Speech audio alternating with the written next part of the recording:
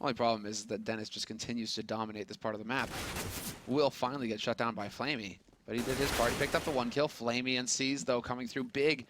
Huge kill there for Flamey onto Flusha point blank, and now JW worried about drop, and the flash is impeccable as well. C's will find the kill onto JW. Great communication coming in from Na'Vi to set it up for C's to come out of drop room. And that means that Crims has to back off and save his gun in a 1v3. Fnatic about to get hard reset on the economy. Yeah, what an odd round there. That B push, first Na'Vi member coming for B plateau, just getting dismantled, but then Flamey being the second guy coming in, gets the 2K. And then afterwards, that's when the nice team play comes in. Nice ball flash, totally blinding JW. Getting the kill, I think it was seized.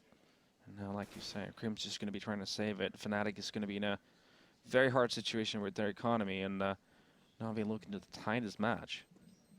That's what I really love to see. Like, good awareness, basically.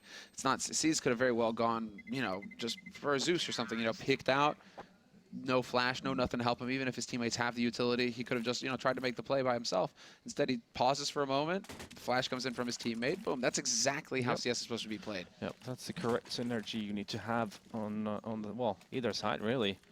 If you know there's a possibility, then utilize the flashes. Whoa, Nelly. Well, Fnatic are showing no fear. That's a Fnatic buy if you've ever seen one. Yeah.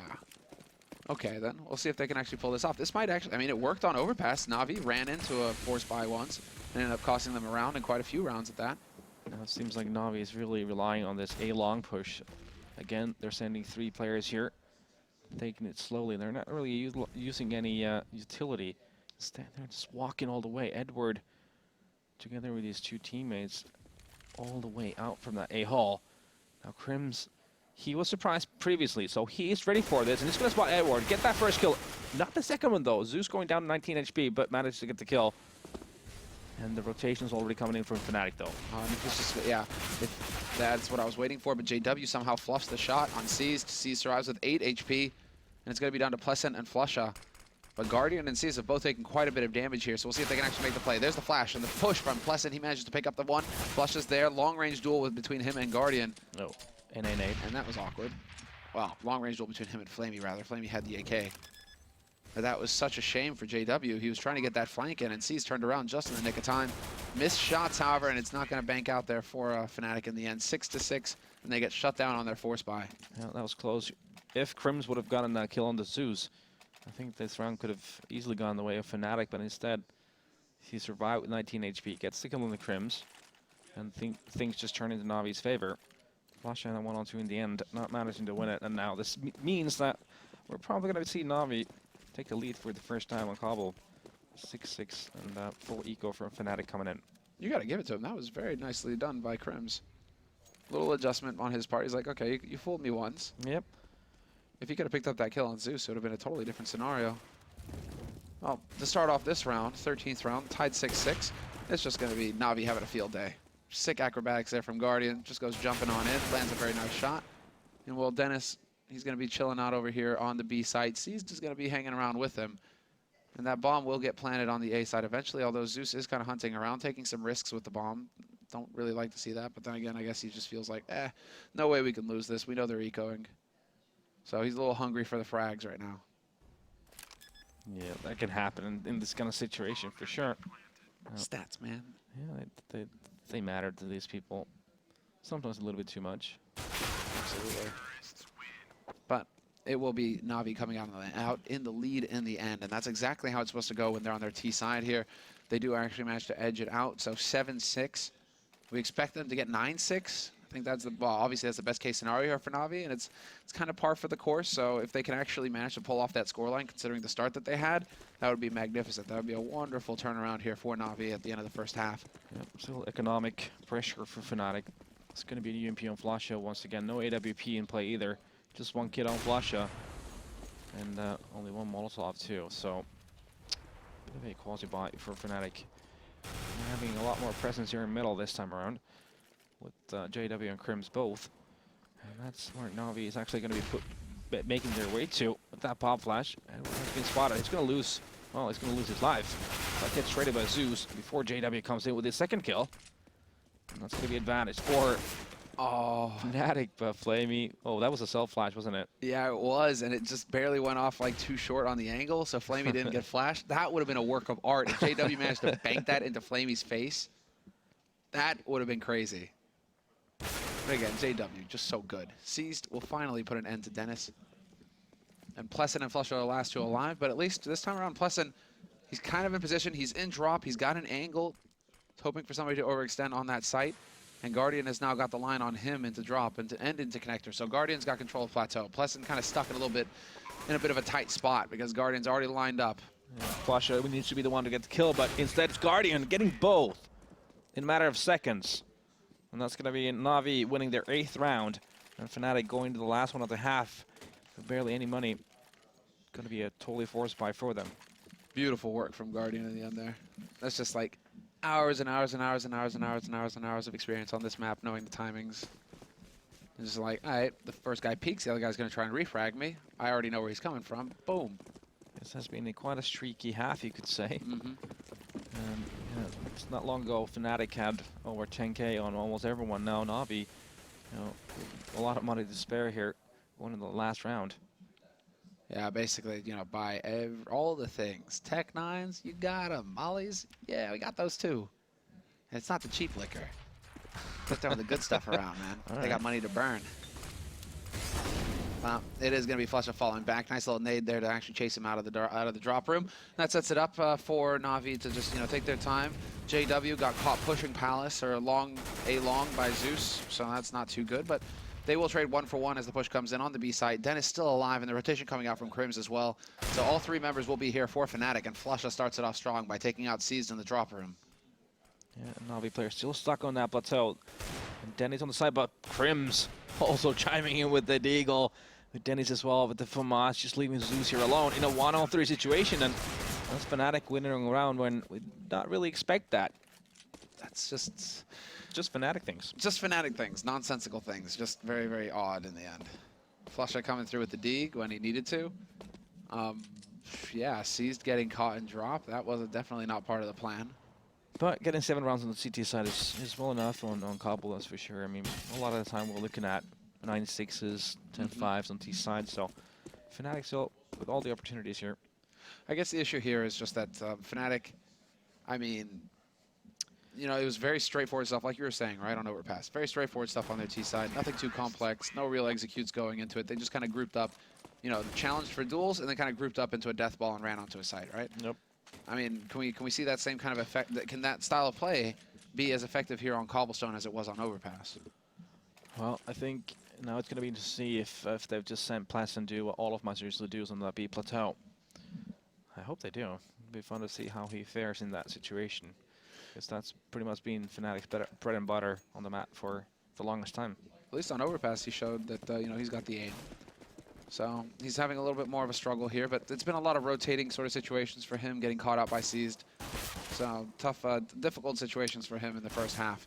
Zeus, however, will peek out, and Pleasant, man, he just takes the fight. Runs straight at him, drops Zeus down to 1 HP. Zeus gonna have a bit of a rough day. He gets overwhelmed, and there Fnatic have the man advantage, although Edward comes back into it. But that was over on Plateau. That was over on the B side of things where Dennis was lurking. So the core of Fnatic are still grouped up and ready. Yeah, this is very similar pistol run from what we saw from Fnatic on Overpass as well. They get the first kill, although now retaliated by Na'Vi, and then Fnatic just slow things down. Guardian, if you walk too far into it, might be in trouble for you. JW is waiting for you, but Guardian says no. He's gonna get that kill. That was beautiful. No possibility for a refrag there. Nobody there to watch JW's back. Even though he had his back to the wall, it didn't save him. Still got jumped. Like a ninja. I'm sure Flamey must have heard Flusha just jump down. Flusha making his way through the connector, and the remaining 2 are on A long, just waiting for Flusha to make his move. Seems as though that Flusha's not being heard. He's gonna make it all the way to the balcony. CT spawn, this could be instrumental.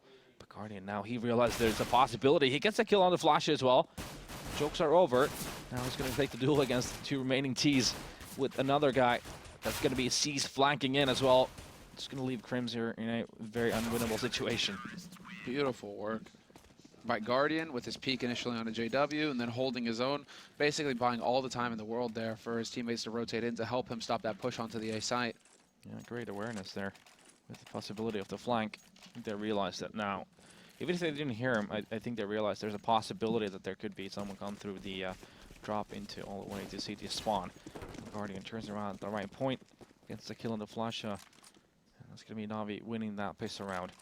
Now, as you can see here, Fnatic has decided to force buy into this. No smokes to play with, though.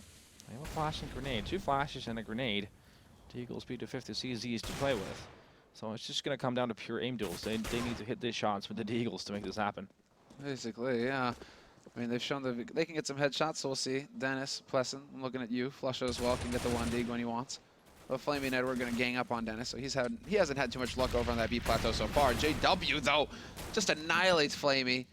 So sick, and he's got the M4 now as well. He'll find the headshot on C's. Now he's already waiting for the backstab that comes in, and during all of this chaos, Edward is looking the wrong way when Flusha puts in. Guardian, though, will get the first spray, and then he gets flanked by JW. Still whips around 180, picks up that kill. We're into a 2-on-2 now. Guardian is so very low.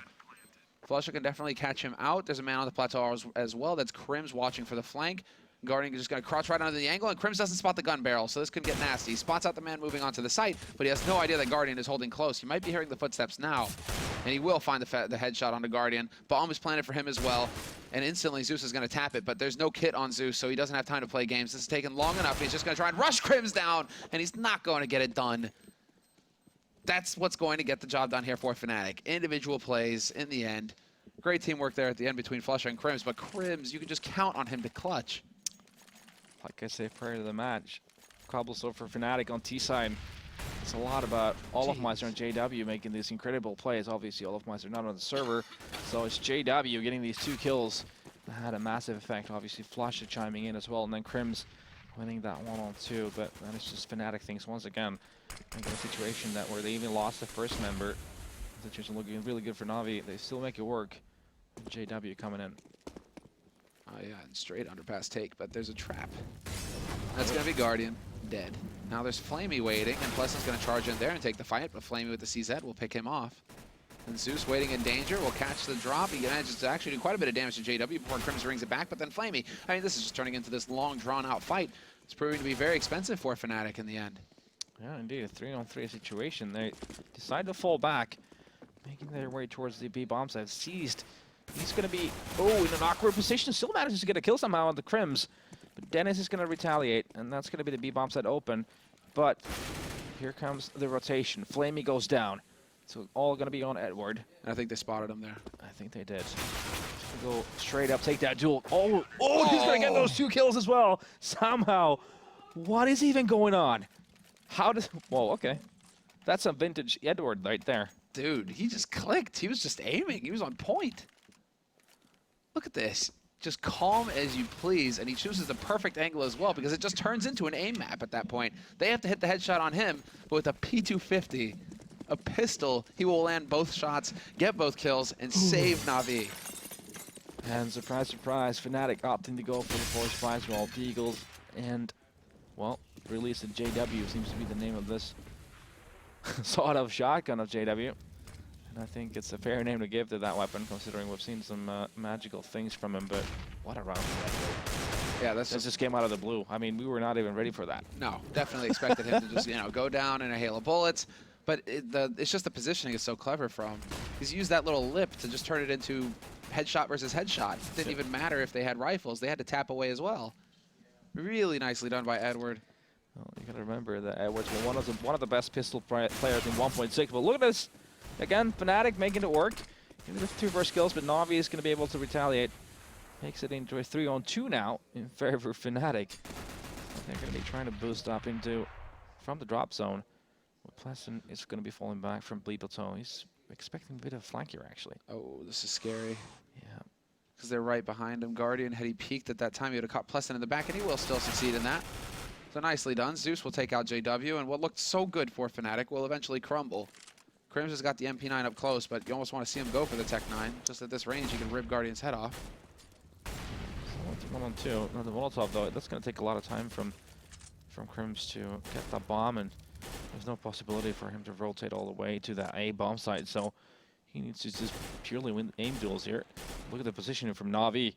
He's not going to get individual duels, is he? Oh, almost is. Zeus in the end, though, is going to clean it up. Nice step out there from Zeus. That was definitely a little bit too close for comfort. Now, this is a situation from Fnatic. What are they going to do here? I mean, they know the money is not great on Na'Vi, but if they lose this one, things could spiral out of control. There's no way that they force. Jeez. I could see that happen. Jeez. All right. I mean, you know, it's something in LDLC and Envy, you know, used to do quite a bit of. And I mean, Fnatic every now and again. And like we've seen so far on this map, they made it close on every single round, even if their weaponry hasn't been the best. And Guardian just playing super aggressively here, but gets a lot of information, obviously. In the meanwhile, though, Fnatic decides to fall back from the V-Halls and have a bit of presence here in the middle, but Seized being pushed up here in the drop, and he's going to get the first one on the Crims. Does he manage to get a second one? Nope. Flush is going to be there. He's going to make it a 4-4. Tech9 brings it back. Surprised to see Seized going aggressive. I guess, you know, the one Tech9 shot from Dennis wasn't enough to tell them that, you know, this was a force buy situation where the MP9 would be a little less effective. But, I mean, still up close with the MP9, you can do a lot of damage. Just ask Shoxy. Guy can wreck with it. But this time around, it's a 1-for-1 trade, which isn't quite going to cut it for Na'Vi. Still kind of favors Fnatic, considering they have so many nades to work with. 50 seconds left, and Na'Vi do not have a single grenade to buy time with here. So yeah, this is scary. And still, you see Fnatic still with 3 smokes and a Molotov, a bunch of flashes, so they can have a full-blown execute here if they just have the means to do it. And here we go, a couple of flashes, the smoke's coming in, pop flash in the Molotov, and push is coming in. Oh, that's going to totally blind one of the CTs, but Flamey and Edward getting those first 2 kills. Flamey just JW and Flash here and drop. Not sure if this is going to work out, but Flashy says it might be. He's alone in a 1-on-3 and gets popped up. So that force buy from Fnatic not working out this time, and not going to be able to build a bit of bank. What do we say when someone asks us if we eco? Well, I guess Flush says, yes, okay, this is today. Today we do eco. Never mind. Yeah, I was trying to go for the game's reference, or, you know, Game of Thrones reference there, just trying to like edge it out, because Fnatic, they seemed like they had that glint in their eye. Just a little crazy, just a little crazy. That one made sense still, but this one would have not made any sense at all to force buy in. So it's going to be a save. No, not a single grenade from Fnatic being bought. Just a deagle on Flush. Well, I say just, but you never know with him having a deagle. Anything could happen. Yes, he can die in a hail of bullets. Burn. Like you said, man, anything can happen, right? That's definitely one of the options. Definitely one of the options. Yep. You want to keep your options. Well, it's like, it's getting a little toasty over here, too. Lots of bullets coming in. They're just turning into a field, well, basically into a field of, you know, corpses here for Fnatic. Bit nasty. Bit constricted, just a bit tough, considering you're trying to walk out of a bottleneck, you know, a choke point onto the site. And Na'Vi were all just there, you know, filling that space with bullets. So, bit of a tough scenario there for Fnatic, but now they get the buy. Yeah, finally, we get the proper buy on both sides on the second half here for the first time, pretty much. I guess across the board for Fnatic, all the utility they would need. And it seems like they're sending 2 guys towards mid and 3 towards the B halls. Maybe over B plateau, but Guardian is going to take that peak. He's going to win that duel. And it was actually Flasha that was going to get sent to that B plateau. Yeah, and he actually gets picked once again. No luck for Flusha this time, and that's a great kill for Na'Vi, considering Flusha's been having a lot of the high-impact frags so far on this map. So remove him from the server early on. You don't have to deal with him anymore.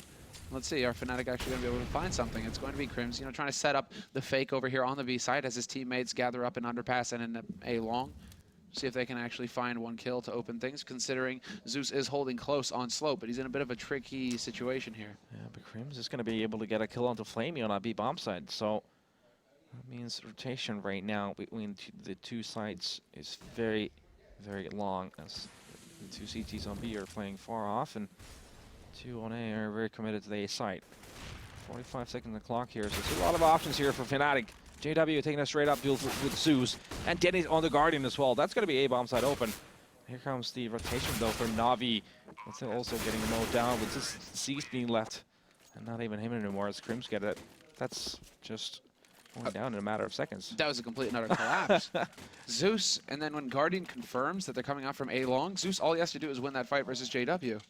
him losing that fight then forces Guardian to have to worry about the slope. He has to give up his position behind the car. He gets caught out in the open, and it's just, it all collapses with Zeus's death, basically. Yeah, that's exactly what happened. Guardian got off in a bit of a rough situation there. That was the A side left open, but still money on Na'Vi. Well, they do have 2 Mag 7s, and up on Guardian, M4 and Flamey, and Seized with an MP9. So not all they could hope for. Also, lack of utility and no kits. It was just a slug match, basically, between both of these teams at this point. Like, all right, you force, we'll force. We're never just going to give up on this. Fnatic keeping that pressure going, and they are trying to run it back right now on the favored side of Cobblestone. Yeah, and exactly, they're doing the kind of things that we were discussing prior to this match. It's nothing, you know, too execute heavy. They're just waiting for the right opportunity. When they do get the pick, they'll just run with it. And they did make it work in that one. That was the first, like we said, the first actual round where they have everything they wanted to have. Now, it's a 5-on-5 still. Things slowing down. Seems like B execute is going Na'Vi's way. The bomb is committed there. And they're all setting up for their smokes and flashes. Well, leading the way is Plessin. So we'll see if he can find that pick. He's got Dennis there to back him up. Guardian is down to 14 HP, but he's going to get that anti-flash out there. He's going to buy time for Edward to just completely wreck them all. Quad kill with the Swag 7. Right below Plateau, just completely shuts Fnatic down as they push out. Nobody actually thinks to check. And that's where you can start to see the, you know, Fnatic not quite trusting each other perhaps, or getting a little overexcited with the push. Not checking that key position. I mean, how often do people just sit there? Yeah, you see a lot of teams Molotov that spot nowadays because it's very common. And some small details to make a difference. Guardian going to get the pick on JW, and what a huge round for Edward. I'm going to assume we're probably going to see that once again. Just made so much money as well. Yeah. Starts the round with 7 grand. It's like, yep, cha-ching.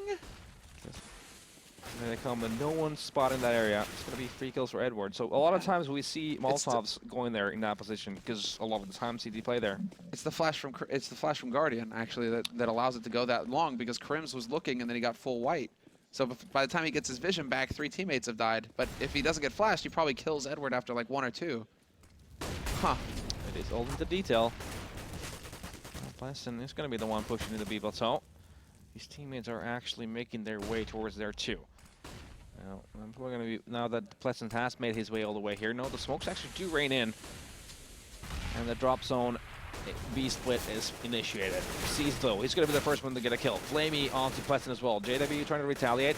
Back and forth with the kills. Now it becomes a 2-on-1 with just JW left. Now, it seemed like a really good B split. It was just destroyed by Na'Vi. That was a nice grenade on the Guardian at least. Going hard with the free fire as well, and he's somehow found a way to sneak through on Connector. Cannot make the run. Waiting to see if Guardian's actually going to be there to join him, but that's not going to be the case. JW getting caught on the wall still. It's not going to be on the end of the world. It means he can get the bomb plant here on this B site and set up for the after plant as well. Plants it nice and wide out in the open. No way for somebody to abuse an angle. And so now it all comes down to the retake here for Na'Vi. Yeah, oh, look at this JW. He's made his way all the way here towards leaugue. He's going to get a free kill on the Zeus. And now it becomes a game of hide and seek. I'd love to see it from Guardian's perspective right now, just to see. But yeah, unfortunately for him, JW, he's got the perfect after plant. It's a nightmare for Guardian. All JW has to do is wait for him to tap that bomb, and then he just goes for the peek. Perfect timing. I mean, couldn't be any better. Beautifully played by JW. Plants the bomb, makes his way towards that leaugue. Zeus doesn't have a clue that he could be there, gets the free kill. So JW creates 2 individual one-on-ones and plays the second one-on-one perfectly as well. Peeks right when Guardian beeps the bomb. And obviously no way for Guardian to make a shot. JW gets the kill, gets the op as well to go with it, and that's going to be Na'Vi going to save. Big clutch round coming in for JW there. And that's just this, I mean, this is the story of this map. It's just like clutches all over the place, close rounds. You got to love it. This is close with everything on the line here for Na'Vi. I mean, if they lose this map, their chances of making it to the LAN drop significantly, because they'll be playing G2 next, and that's a team that they're pretty much tied with for that 4th slot. So if G2 were to beat them, it pretty much guaranteed G2 a spot at the LAN, whereas Na'Vi, you know, they really need to take one off of Fnatic here. Yeah. We're in a situation where Na'Vi has the advantage. They have the opportunity to close it out, but recent history shows that they have some issues closing maps. Flushing going to be the first one to get a kill. Dennis to hit one of the Guardian as well. Here comes the push from Na'Vi. They're going to be pushing that B long. And Seized going to be able to steal a weapon from Flasha. He's probably going to try and save that money. It's not too good for Na'Vi. So the best he can hope for is to try and save it. Yeah, he's making his way all the way back into T-spawn. And, well, Edward just gets caught out in the open by JW. That's unfortunate for him. We'll see. Zeus, is he just going to be able to find somebody out of position here? He did hear the steps from JW, so he has something to go off of. He's wrapping back through danger. And JW running with his pistol out. Unfortunately, Zeus gives away his position with that one click. That's all JW needs. And, well, now it's all on C's basically waiting around to see if he can hold on to this AK. Will Fnatic be merciful, though? That's the question. That is very much the question right now. They don't have great money either, Fnatic, so... No. Should they be out and hunting too aggressively? I don't think so. No, I don't think so either. Just save the weapons. Just try to get as much money going to the next round as possible. Oh, yeah. If only timing would have been a friend of JW's, that could have been beautiful. But no, not this time around. So he's going to be able to save this AK. It's going to be very important going into this round. This money is an issue for Na'Vi. Yeah, that one AK can go over to Guardian or Zeus. I mean, I think they have enough for the AWP. Yeah, they will be able to just flat out buy the AWP and drop that over to Guardian. This AK will end up making quite a bit of a difference, although they are going to be fairly light on the nades. That's really rough for Na'Vi. CT side, last thing you want is to be skimping on the flashes. You know, just having a single incendiary to work with. No, they're going to want to try have some early aggression. Guardian's trying to do that, but he's going to get flashed, pushed back a little bit. Also, we have Zeus here in the side hall, but he decides to fall back as well. So that's going to be quickly Na'Vi's early aggression being shut down by Fnatic, just by a few flashes. Fnatic, however, they're taking things very slowly. Just scouting out, waiting for that possible aggression for Na'Vi. They sense the situation right now that Na'Vi's money is not all too good. Oh, nice. That is crisp and clean. I actually stole that smoke from them. Oh, what? Oh, the luck. Zeus. It just bounces right at Pleasant's feet. Unreal. Ooh, nice double Molotov from Fnatic, and that's going to secure the drop zone for Fnatic if they wish to do so. Yep, here comes JW again, just jumping in with that AWP. No room to work with. Oh, he's going to miss that shot. It was an opportunity to get a kill on the Guardian, who has an off there on that B plateau. But this is going to make things very uncomfortable for the CTs. They are aware of the situation, that there's someone in the drop zone. Sees, though, he's going to be watching in. And here comes the push from the T's from Fnatic on the day side. Zeus is going to maybe get the kill on the Pleasant. He's not seized, but then, well, Fnatic only managed to get one. So the numbers do favor Fnatic. No, I would say Na'Vi. But the bomb side A is clear. It's going to be Dennis into a 103. Yeah, tough situation for him, given he only has 36 HP, so he has to hit nothing but headshots, and it's just not going to happen. Can't even remove Flamey. So that will put Na'Vi up onto match point, 15-11. Fantastic hold coming in from both Edward and Zeus there. Even if, you know, they each got only one kill, it was enough time to actually, you know, draw it out for Fnatic, draw it out, give their teammates time to work with. I think in a perfect world, when you're in a situation like that, you have two players in drop, you might want to try to force a play in drop or in connector first before anyone pushes from side hall, because if you do manage to get a kill in connector, then that's going to make it super uncomfortable for the CGs on that A side. Instead, now this time, it was the A guys that were the initiators of that round. They didn't manage to open the side up, and then things just fell apart. And it's going to be a map point here for Na'Vi. And Dennis is just like, you know what, guys? What's better than one op? 2 ops. And then Flush just like, screw your ops. I'm actually just going to use the Deagle. And now we've got 3 ops. It's even better, boys. Okay, then, Fnatic. Not awkward at all. No. This is vanilla Counter-Strike. Yeah, it's exactly. It's the perfect thing, perfect strategy. They'll never expect it, because there you go. You pick up one, Flusha gets another. Flusha making it look easy. He's got 3 kills in one of the most important rounds here for Fnatic, keeping them in this. There's the quad. Unreal. And Zeus is just chilling out over on A going, where's my team? Why did they all die? To one man who picked up Guardian's op. And 1 by 1, of all things. I don't even. Without the possibility for a refrag. Just like, Yeah, Flusha just, man, yeah. Zeus, you see, Zeus is doing the right thing. You know, he's going Thorin's way, right? Thorin, this is what he always said, right? You know, it's like, if I was playing against a team and one guy gets the ace and or gets the quad, I'm the last man alive, I do everything I can to not die to him. Oh, yeah. Just to tilt him, right? Just to of course. not give him the ace. Just like, screw that guy. Yeah. Well, I mean, if someone gets 4K, then you run the opposite direction of the map. Zeus should just, like, throw himself out the window right now. Just deny himself hard. Disconnect. HE at his feet. And throw himself out the window. Pleasant will not find. He will find him, but he actually survives. So great reaction time there from Zeus to hit that headshot. That was key. And no money for Navi. Not looking too great. Zeus 1.7K and Flamey 1.5K. So let's see what they opt to do. And it's very probable that they will save, obviously. They still got a couple of rounds to play with. Fnatic holding on to 2 of the ops. The triple op may have been a little bit too much.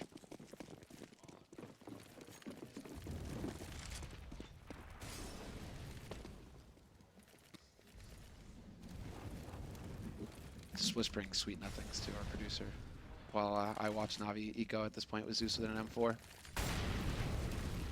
Edward, Zeus, and Flamey, you know, just chilling out on that B site, standard as could be. And Fnatic are probably giving themselves a nice pat on the back. Well, Flush is giving himself a pat on the back, basically, and then everybody else kind of chimes in as well with a few pats of their own. But, yeah, doing everything they can to keep this going. It is overtime that Fnatic are battling for at this point, and Navi, they know it, so they go for an eco in order to actually get a decent buy in the next round. And, well, Zeus is having an impact here with the M4. He nearly gets 2 kills, Flush it down to 14 HP, and Zeus, he continues to do damage. Another kill for him. No, this is impossible. You cannot allow it, Fnatic. Walking into practically a hard eco, and the only M4 on the map. JW spotted him, though. Zeus, they know, but Edward finds he takes advantage of it. He gets a kill on Flusha. And now we have a man advantage here for Na'Vi, but they only have the pistols. So JW and Crims, it's all on them, and the flank comes in from Z's, and he finds the kill on Crims, and this is where it all falls apart. Or does it? JW battles back. He takes down Edward, but it's still a 1v2, and he's got 35 seconds to work with here, and he will find the kill on Guardian, who's just standing out in the open, and now it's all on C's. Can he hit the shot? And JW spots him from a mile away. Sick read from JW to keep it alive. An ace clutch to save it in the end. Well, Fnatic, they keep on going. Flusha with the quad kill in the round before that. JW decides to one-up his in-game leader and say, you know what, you got 4, I'll get 5.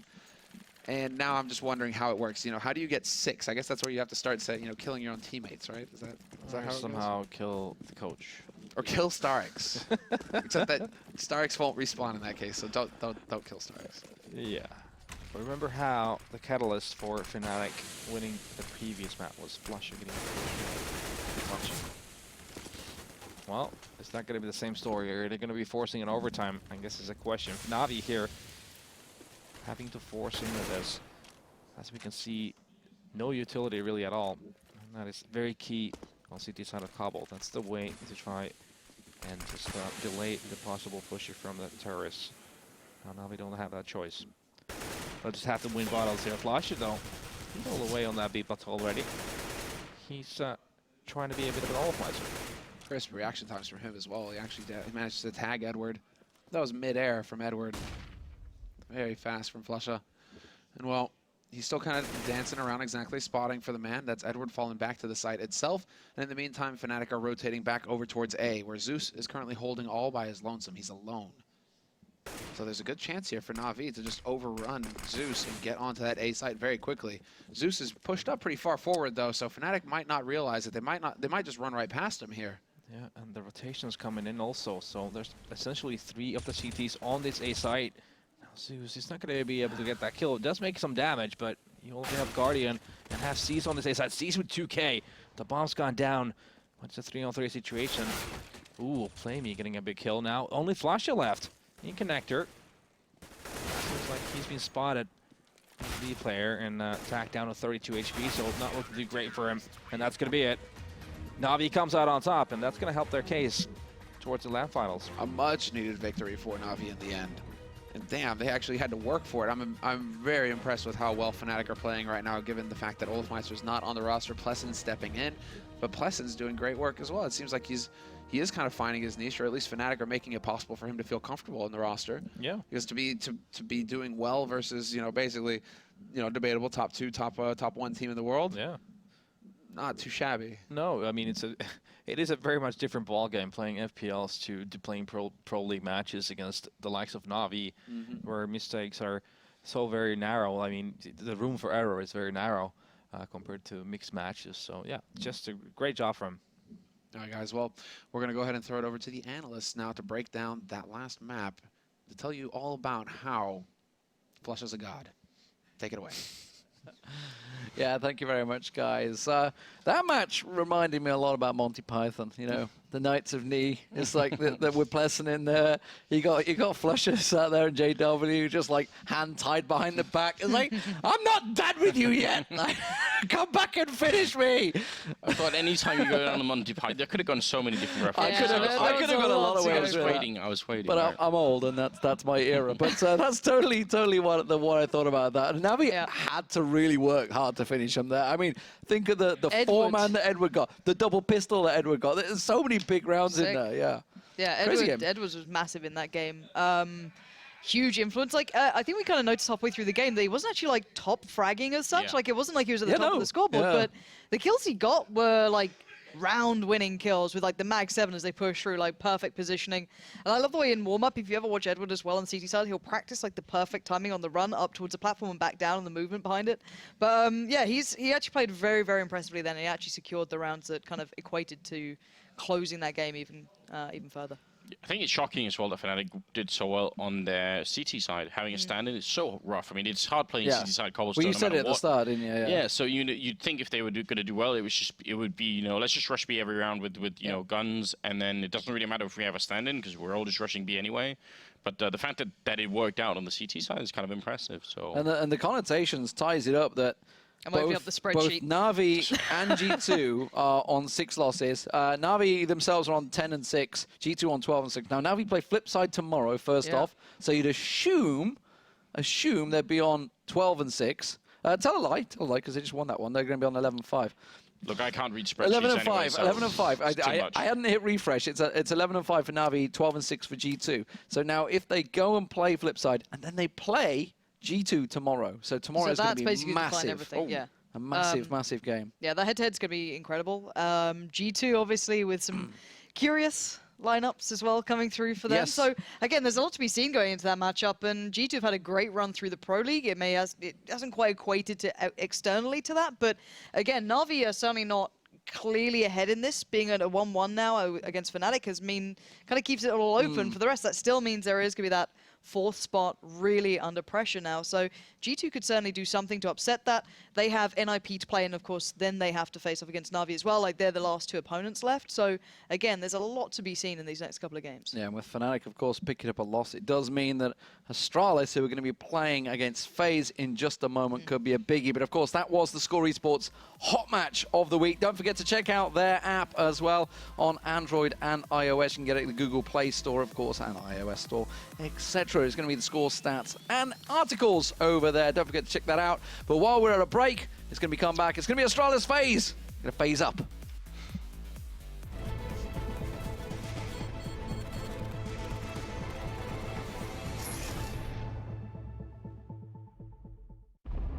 Are you ready?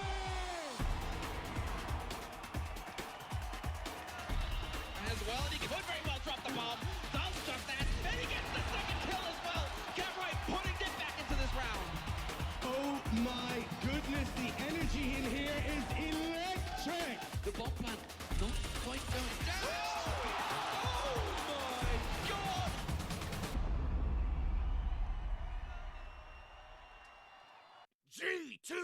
G2A.com, the best video game store ever! Fast as lightning, solid as a rock, cheap as duck. What's more, you can sell on it because it's also a marketplace. Remember, G2A.com, the best video game store ever!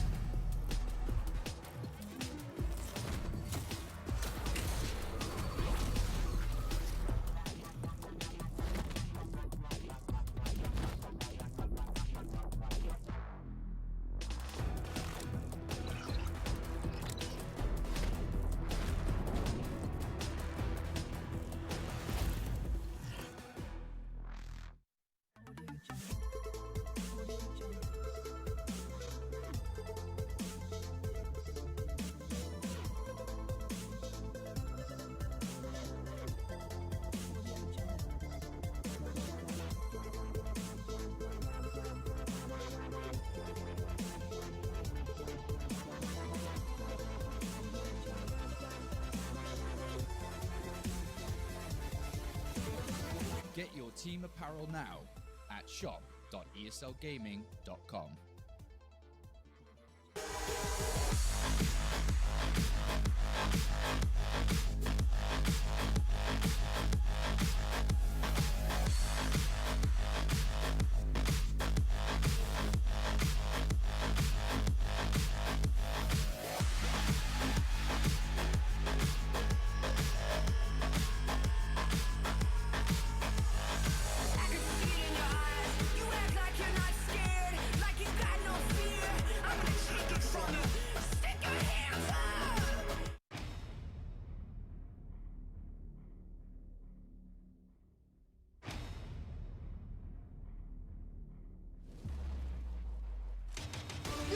What are you doing?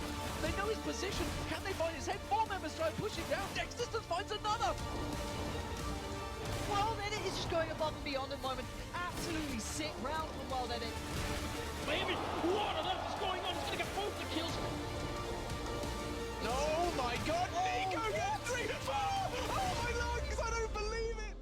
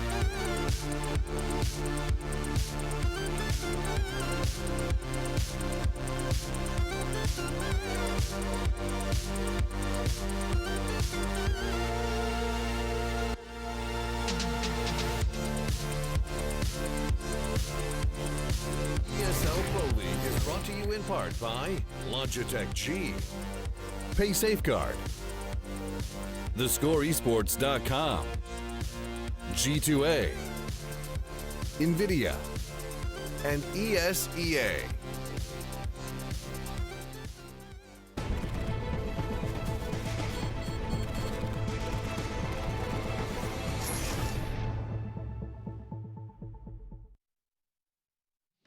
And welcome back, ladies and gentlemen, to the ESL Pro League. We're running a swift hour behind schedule, so the players are pretty much ready to go in this next game. So we're going to have to be pretty quick and precise on this one. It is FaZe versus Astralis. It is going to be obviously 2 maps. It's going to be Dust 2 and Inferno coming up. So let's get straight into it. Where do we stand on this one? Obviously, Astralis, not the best performance in Malmo, but you could say Definitely the same. FaZe just really didn't turn up over in Columbus. I mean, you know, obviously Kiyoshima just joined the team, so they've only had maybe 3-4 days to practice together with this lineup. So what can you really expect from them? Astralis, they must be kind of bummed out from Malmo going out in the groups. Obviously against an IP who ended up winning the whole thing, but still a massive disappointment for them. So they'll be hungry to get some revenge here. Yeah, and speaking to Dupree earlier, he knows that these games coming up basically mean securing their position in the grand finals. So I'd expect them to go Super above serious, and beyond yeah. on these, because this is like, okay, let's just get the job done. We may have others down the line that we could maybe focus on, but if we do it right now, we don't have to worry. It's sorted. We're good. Yeah. And it's a possibility as well. Dust 2 is not exactly a bad map for them. They've had some like up and down results, but classically they are meant to be a good team on this. Like everything used to work for them very well. But then again, FaZe have the new players. You get maybe a touch of that honeymoon period where they get that aggressive kind of like cocky style again that works for them. And we saw that Fox can be huge on this map for them as well. Yeah, and don't forget, obviously, they've just watched, or sat waiting and watching, Na'Vi and Fnatic split 1-1, and Fnatic is one of those teams they're looking at. Fnatic are currently 14-4, Astralis 13-5. They will be playing each other on, I believe it's Tuesday, isn't it? I think it's one of the last games they play each other for that effectively will be position, which would be a massive thing. Looking like they probably will qualify here, both Fnatic and Astralis. So Astralis, I think most people will put their money on the 2-0 here. I would. Yeah. 100% I would. I mean, Dust 2 and Inferno, both maps where Astralis is very capable on, and like you guys said, the stakes are high for them, so I'm expecting they will be 110% into these 2 maps. Yeah, and FaZe haven't had a good run on Dust 2 recently. It's been fairly close results, but it's not been like, you know, the big results you'd expect from this team. This used to be a map where you'd think they could excel. It was meant to be the superstars coming into their own, but it's been a little quiet. It's been... This was the map Makaleli used to excel on, and he's not there anymore. But, you know, that's what happens when you try and, you know, shove out other people from the team. The team's like, bye. Yeah. Okay, we could go down that road, Yeah, if we need to fill time, which we don't. But speaking of that, I think this is going to be Astralis coming out all guns blazing. We'll get to see the Astralis that's confident, and this should be a 2-0. Well, we'll see how it goes, ladies and gentlemen. The duo are back together. No more wedging in between them. It is Anders and Semler to take us away for this game. Thank you very much, Lee. Yes, we are about to get live with Astralis and FaZe, so that should be a good game. 2 of them, in fact. What do you think, Semler? I was quite excited to see Fnatic doing so well, even with a stand-in. I would go as far as to say that was pleasant. All right. What's our first map? I mean, it's going to be Dust 2, bro. Perfect. It's going to be Dust 2. All right. All puns aside. That was a pretty good one, though. I might have overreacted just a touch. It took me all of about 30 seconds to think of it. And, you were just waiting for that one, you know, locked and loaded, ready to go? Yeah, that came close to being scripted, but I mean, once it popped into my mind, I thought, you know, it's not often that I have any good ideas at all, so I thought, I've got to seize the opportunity here. And I'm sure you just like rolled it around, so you made sure you didn't forget it either. You know, you're just like keep reminding yourself, keep reminding yourself. Okay. What is also pretty funny is that Kiyoshima's still rocking the Envy tag. It's like, what, bro? What? Aren't you getting paid by FaZe now? I'm pretty sure your new boss is gonna be pretty happy about you, you know, still using your old logo. I don't know. Is he though? Did he sign the contract yet? You know, do we know? Oh, I don't know how that stuff works. But yeah, you know, I think what Envy was saying was they were going to keep him under the contract and keep paying him. Yep. Until they found someone who was willing to buy him out of that contract, and I mean that makes sense to me. So I'm glad he's found a new home. Obviously, it'd be real sad to not see Kiyoshima sort of continue to play at a high level. Absolutely. How he fits into this team, I guess, too soon to tell right now. But that game that they were playing in a DreamHack between FaZe and Envy was quite interesting, right? That was almost like a grudge type matchup. Yeah, I'm not liking this, man. I don't see Roban on the coach slot. Ooh. Well, well, look at that start though here. Cajun running into Upper Dark and taking a fight with AC and coming out on top. So some Dane-on-Dane action early on. Fox with a smoke to cover him. Still looking down the middle and not actually seeing anybody. We'll hear someone running in there. He still goes down Cajun. Just on an adventure all across the map. Jacob actually trying to use Carrigan's own trick against Astralis. That's something Carrigan did originally. They actually had to modify the fire there just to change that power of that position. Cajun finishing off with a triple kill, and Astralis off to a fantastic start. Yeah, that was solid. Yeah, and I mentioned Roban just because FaZe didn't have him at the major, or not at the major, at the Masters event either, and they definitely struggled. They weren't quite sure like what to do on their T side or on their CT side. It was definitely telling that that they were lacking leadership. So the fact that Roban isn't here tonight, the reason being obviously he just had his firstborn. Right, he literally just had a kid over the weekend. So congratulations to him. Definitely big shout out to him. That's quite cool, quite an achievement. But it also means that the team that he runs and that he guides with his leadership and his calls, they're kind of left by the wayside here. Yeah, this is very much true. And they obviously need it because they've been sort of all over the map, haven't they? FaZe. They've had some very good results, sort of historically speaking. With Kiyoshima, we don't know yet, but they still on paper should be a very strong team. They just need the consistency, basically. They need to be able to consistently show up for big tournaments and get some of these results home. Yeah, and I think that the FaZe org are going to be expecting that as well.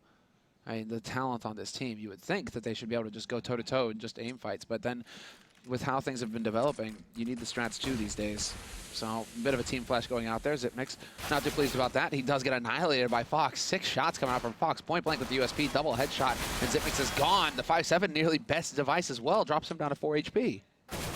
They're going to fall back, but then Cajun, who they were probably trying to fall back to team up with and go for this B-bomb side, is now dead. Inside it, Kiyoshima and AC still left alive. Kiyoshima picking up the 1 kill, and he comes charging out. Look at this play with the pistol, strafing and shooting. As you could do that, device left alone, and FaZe just answering back in style here for the second round. That's really going to put Astralis in a weird spot really early on here. I was wondering, was Dupree turned away because he was expecting a flash from a teammate or something? Like, he was just watching back towards mid. Never expected to have Kiyoshima shooting him in the back there. So, frustrating situation there for Astralis, no doubt about it, considering how well the pistol went. You would think that they would want to just crush through this second map, really just put the maximum amount of pressure on FaZe's mindset. Instead, it's FaZe just balancing things out, getting a whole bunch of free guns. They've got an AK out of that for free. Now they can just buy up the rest of it, no problem at all. And it's going to be Astralis we're going to have to reach, although we do have a pause coming out. We do have a pause coming out already, right off the bat. And now... I mean, obviously, some sort of technical issue here, but I guess we'll see how quickly can be resolved. Always a bit difficult to know when you are playing online and not on LAN. Exactly. Oh, Carrigan ends up crashing, so there he's ending up being out of it. But really good, I mean, so once Astralis took that fight down at long, right? They lose one, they almost lose device as well. They sort of run back, and I guess that was just too obvious, FaZe realizing that was going on, and they had 2 people in B, and I think when Cajun lost that fight, it also lost them the ability to sandwich the B-bomb site. They were just going to run out of middle and be sandwiched themselves, right? If Cajun had stayed alive, then they would have been able to sort of put some pressure on the people inside B. Yeah, you have to give it to FaZe for going for that push into Upper Dark. It was the correct move to go for at that time, and it works out perfectly for them. So, yeah, Astralis really trying to force it along as well, considering they messed up the flash, and it ended up flashing. Xipnix, everything kind of just falling out of whack there. And Astralis just need to kind of like take a deep breath. These players have been waiting for quite some time, considering we are running a little bit behind schedule right now. They have been waiting for a little bit now to get their game going. So I'm wondering, did they slack off or did they cool off a little bit and they have to, start getting their heads back into the game or what? Shout out to Apex, obviously that tag. Yeah, from the major tournament. Well, that was Cologne, wasn't it? Was it? Yeah, I think it was. Some memorable moments there. Yeah, you're right. In Central Europe right now, it's 11 o'clock. So not usual that we end up sort of this late, but it's manageable. And I think especially for Astralis, these games are so critical, because they obviously want to qualify and play in London. If I understood them correctly, they just need to win one more basically to guarantee their spot. So coming into this, they were definitely feeling pretty confident. We got to speak with Device while we were waiting for our shuttle back to the airport after Malmo, and he's just like, yeah, we got a couple games left. One of them is with FaZe. I think we'll qualify, right? I'm like, yeah, okay. But don't get ahead of yourself, right? Yeah, sure, you only need the one win, but you still have to get that win. So FaZe, if you underestimate them, they will punish you. Can't exactly, take them too lightly, or they will, get sort of situations like that where they come out ahead. I mean, best of one online game on Dust 2. It doesn't get much more unpredictable than that. And you have the likes of Jacob and Rain as, in my opinion, the two most sort of dangerous players on this team. Then that's just too much. That could easily spiral out of control. If they're both playing their A game, just waving goodbye to Kaplan. Ah, Kaplan. Didn't even see him. Hanging out at the ESL studio, 11 o'clock. What an employee, just dedicated. Yeah, totally not part of the broadcast right now. I don't know what he's doing. I mean, think. I haven't seen him do any work, to be honest. Well, I know Machine was doing. Someone should look into that. Doing a COD thing. So there was a COD broadcast going on. That much I know. Really? Yeah. Because apparently, it's his last week doing COD, and then it's like this Phase 2 Super Week or something like that. And they were talking about Brycey coming back into it. A good friend from the GT days. B-Rice, that's right. With the 3-piece of chicken or something like that. I can't remember what the joke was. Basically, the Angels, Scoots, Richard, and Thorin made this guy's life a living hell for the entirety of the event. He had to manage those guys and sit in the same room as them, and they were just wrecking him all day long because he's a COD-caster. Yeah, I think much fun was had during that event, actually. Yeah, it depends for who, right? Pretty sure Bryce didn't feel too uplifted by the end of that event. I think he was looking a little down in the dumps. But you know what Kaplan revealed to me earlier? Oh? He also plays Clash Royale.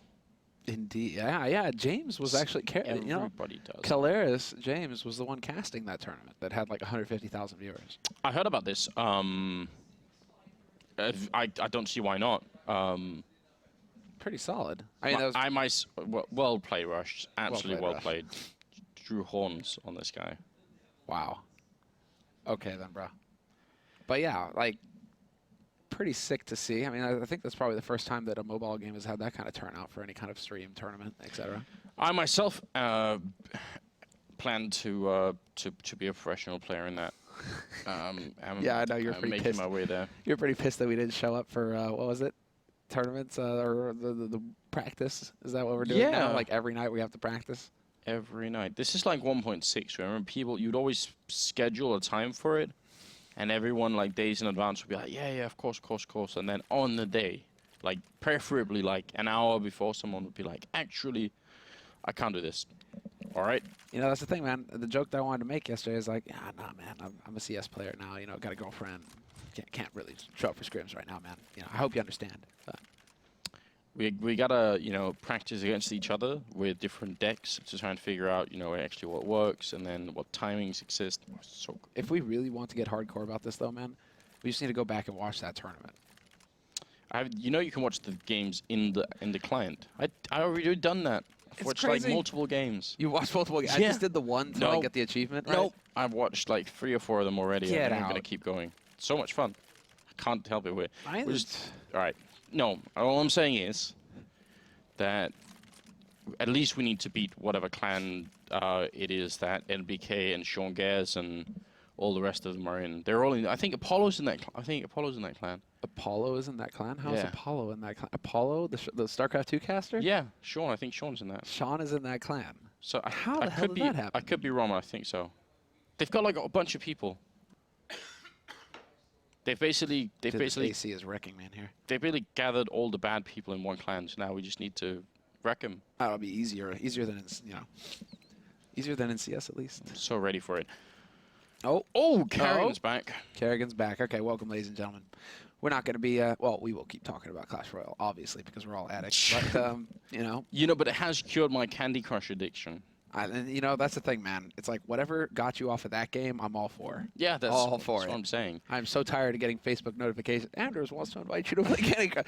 Shut up, Anders.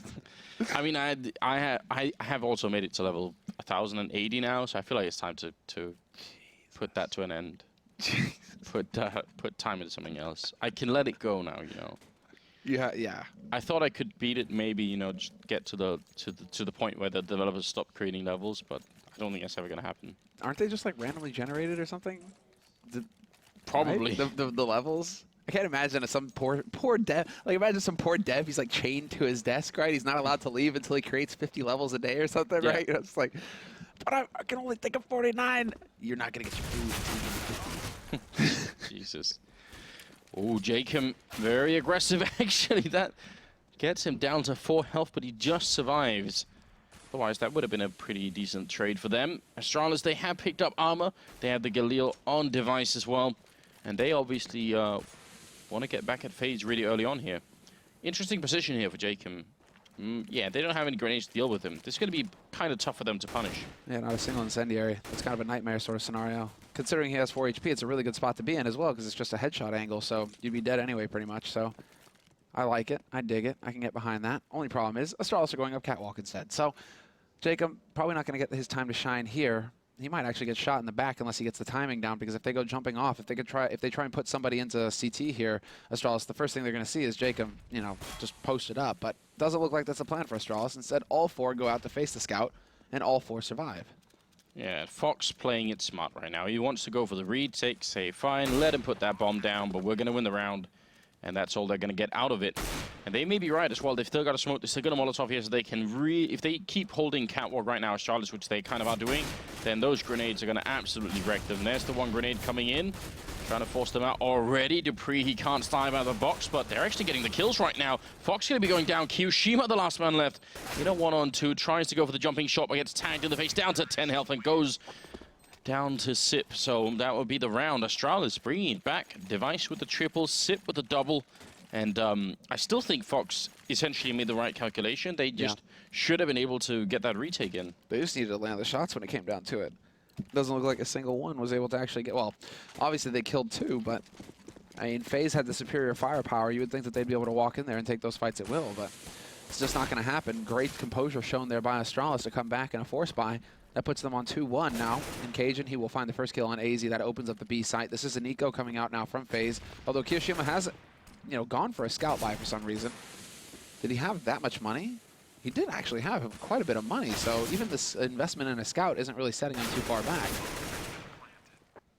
Well, you're not going to do too much with it in a round like this. And Fox hoping that he could maybe find an entry somewhere. Get a kill in, steal a rifle, just make life a little bit miserable for someone on Astralis. It's just not going to happen, is it? 3-1.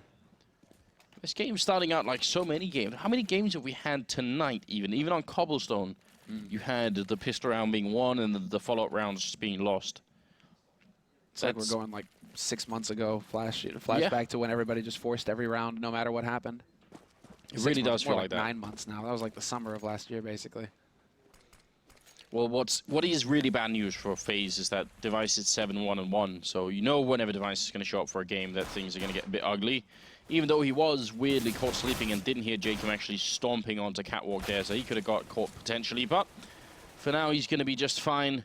A little bit of action down and long, but no one dying just yet, and obviously FaZe not with that much equipment, but Kyoshima, Jacob picking up a kill each, and all-around slobby play coming out here from the Danish side, I'd say. Yeah, both picks, Dupree and Device down, so you've managed to pick off the raid boss. Zipnik's not able to adjust his aim in time. He gets picked off by Jacob, and Jacob recovered that M4 off of Device's corpse. So, yeah, where this is blast from the past, Anders. Force buy after force buy, and now we're going to wind up in a situation where FaZe are just going to step in and do massive work. What a shot from Kyoshima to start things off. And Cajun B will fall to Fox in the end, but FaZe, not a single member dying. 4 rifles saved. This is a nightmare for Astralis. And again, you have to ask yourself, could any of those kills have been traded by somebody else on Astralis? No, they could not. They were just individual battles that were going on. They lost both for no reason. There was a fun stat that actually came out at Malmo where it listed, you know, the teams on how far they got into the tournament, you know, like what percentage they had for trade kills or something like that. And Astralis was actually kind of low on the chart. They're somewhere around like 16%, 18%, something like that, when the top teams were obviously floating around 30. It's not a fun stat, so it's depressing. That makes me sad. Yeah, that they just kind of do go looking for fights on their own and don't really watch out for each other, which is kind of important for a top-tier team because you need, I mean, trade frags. That's integral to the T side. You want to maintain that man advantage once you open things up. look at what they're doing in a round like this, you know, where they clearly have a little bit more focus. Go for the double peek on Catwalk there. If Jacob had been there like last round, he maybe had got the 1 kill, but probably would have been traded quickly. Fox falls off the ledge for a moment. I think if he had stuck there for another couple of seconds, he probably would have found a kill on somebody. Now, Device just waiting patiently here. All right, at the edge. And Rain is up in Goose right now. Fox still working his way around, but he's playing it safe with the focus on long, so he would be there to support Rain. If it came down to it, he's going to catch Dupree just YOLOing through CT. And then the peak follow-up onto Device. He's done his job. Now it's going to be on the Rain, and he hits the headshot on Kerrigan. Jumping headshot for Kerrigan, and the follow-up as well onto Zipnix, and it's just completely falling apart here for Astralis. Cajun B, the only man alive here in CT, and he falls to AZ. This is... well, already that level from Fox. That was sick. That's exactly what he had to do. Yeah, just a very, very good job. And I think if he hadn't gone for the double scope, then he probably would have had a chance to see the second guy jump down. But he still did just fine, even without that. That's going to tie up the scoreline at 3-3. And Astralis, they don't have the money. They didn't get the bomb plant down. FaZe, I say should, I'm not convinced, but they should be able to make it out of the round like this fairly easily. They're going very aggressive, and the lack of armor on Astralis means even this is not such a big risk. Just doing the damage, making it work for themselves here. Device, last man left. They've only lost Rain so far, and that is realistically all they should lose here. Oh, there's the flash, completely ineffective, but it doesn't matter in the end. Jacob will pick up the kill on Device, and that was a power play coming out from FaZe, basically, saying, we're not afraid of you. Actually, we know you're on pistols, so we're just going to stomp on you a little bit while you're on the ground there, rolling around. And it all goes according to plan for FaZe. Dropping 1 player, that's still acceptable, that's still all right. They have so much money. I mean, AZ, even after, you know, re-upping on nades, he's still at 93.50, so is Kiyoshima. So the bank is there for FaZe. It's good to just try and, you know, poke Astralis to make sure that they're not getting too comfortable, that things aren't going according to plan here for them. That looked like Jacob dropped out of the sky somehow. Made that jump. Really good angle. Hard for Cajun to see coming. In fact, he's not even going to see it. And Jacob actually sticking around to follow up on Sip. So just a perfect trade coming out. FaZe seems to be playing with a lot more focus right now than Astralis are. It's a good tag up in the middle there, Device. Hitting Rain through the side of the door, but Kiyoshima sneaking his way into lower dark and picking up that kill on Dupree is going to really make life tough now for the Astralis team. 2 versus 4. And I don't see how they are going to make it out of a round like this one. It's going to be down to some mistakes for FaZe. Must be driving Astralis insane right now. As in, what the hell is going on? Where are these guys coming from? They're landing shots all over the place. Fox picks up 1, misses the flick on the Kerrigan, but AZ will hit the headshot instead. And once again, FaZe only dropping a single man, and this time versus a full buy from Astralis. But the clever setup on Catwalk, and then Kiyoshima, that's the one that's probably going to tilt Astralis off the face of the planet. Because they're like, oh, yeah, you got 2 opening kills on Catwalk. You know, would any CT, sane CT that is, be caught pushing into Upper Dark like that? No. Yeah. So Astralis right now, yeah, they can't be feeling too pleased with how things are going. And at this point, well, it is once again them back onto pistols. I mean, we'll see if they can actually achieve anything. FaZe, they are going for the Catwalk play once again. A little bit of an HE. Oh, wow. That actually did a whole lot of damage to Cajun. I thought it went much farther than that. Follow-up as well is pretty good. No one really taking too much damage except from AZ and Rain there a little bit. It's going to be a flawless round regardless. And that's FaZe now, 6-3. Astralis, they could buy, even with the AWP if they wanted to, and they will pick up one of the Device there. But things are starting to get just a little bit out of control here, I feel like. The money for FaZe is pretty damn good. 13,000, almost 14,000 there on Kiyoshima, 11 on ADC, 10 on Fox. I mean, that's a lot of rounds where they could buy here. Astralis need to come up with some sort of plan. Yeah, they're getting wrecked because there's just so much money now on FaZe's side. I mean, well, back-to-back 4 people surviving, plus a perfect round last time around. You have a couple guys that are sitting around $13,000 now, so fantastic money for FaZe. And Fox is actually going to get up on the ledge to try and find a cheeky little angle to look over the smoke with in case Astralis really did try and push on this. Said Astralis are going to give ground. They're not going to fully commit.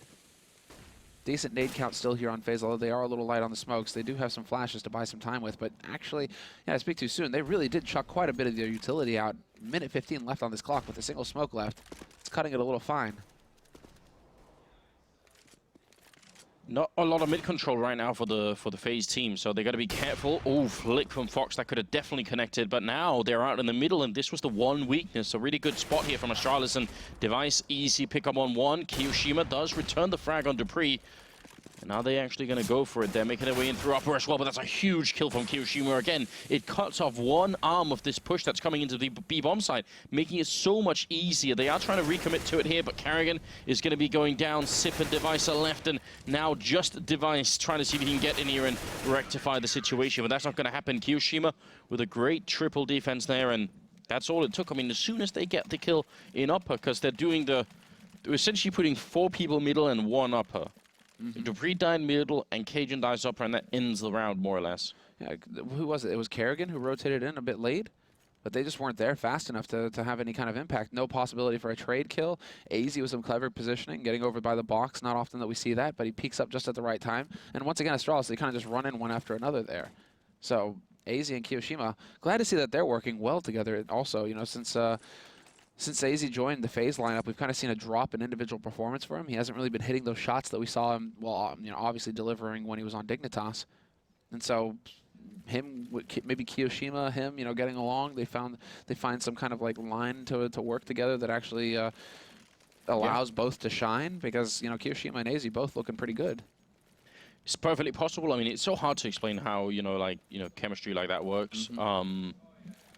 Obviously, there is going to be, like, the communication is going to be a bit off due to the language barrier, but I mean, Kyo speaks English just fine, and AZ, does as well, so they could obviously have some sort of common ground there, but maybe that's just a playstyle thing, you know? If they both like playing in complementary styles, then maybe it could work out. Certainly seems to be doing quite well, both of them at the same scoreline here, so... And now there is a timeout, and I'm wondering if that's a tactical timeout for Astralis. I mean, in my opinion, it makes sense to take it now. Oh, I agree. 7 rounds to 3, and they've just been getting their heads bashed in the entire time. It must be a tactical timeout because the countdown has begun once again. 2, 1, and down we tick, and now we go. Astralis, they do have the op for Device. AWP on Fox, of course. With all that money, they can buy one for days.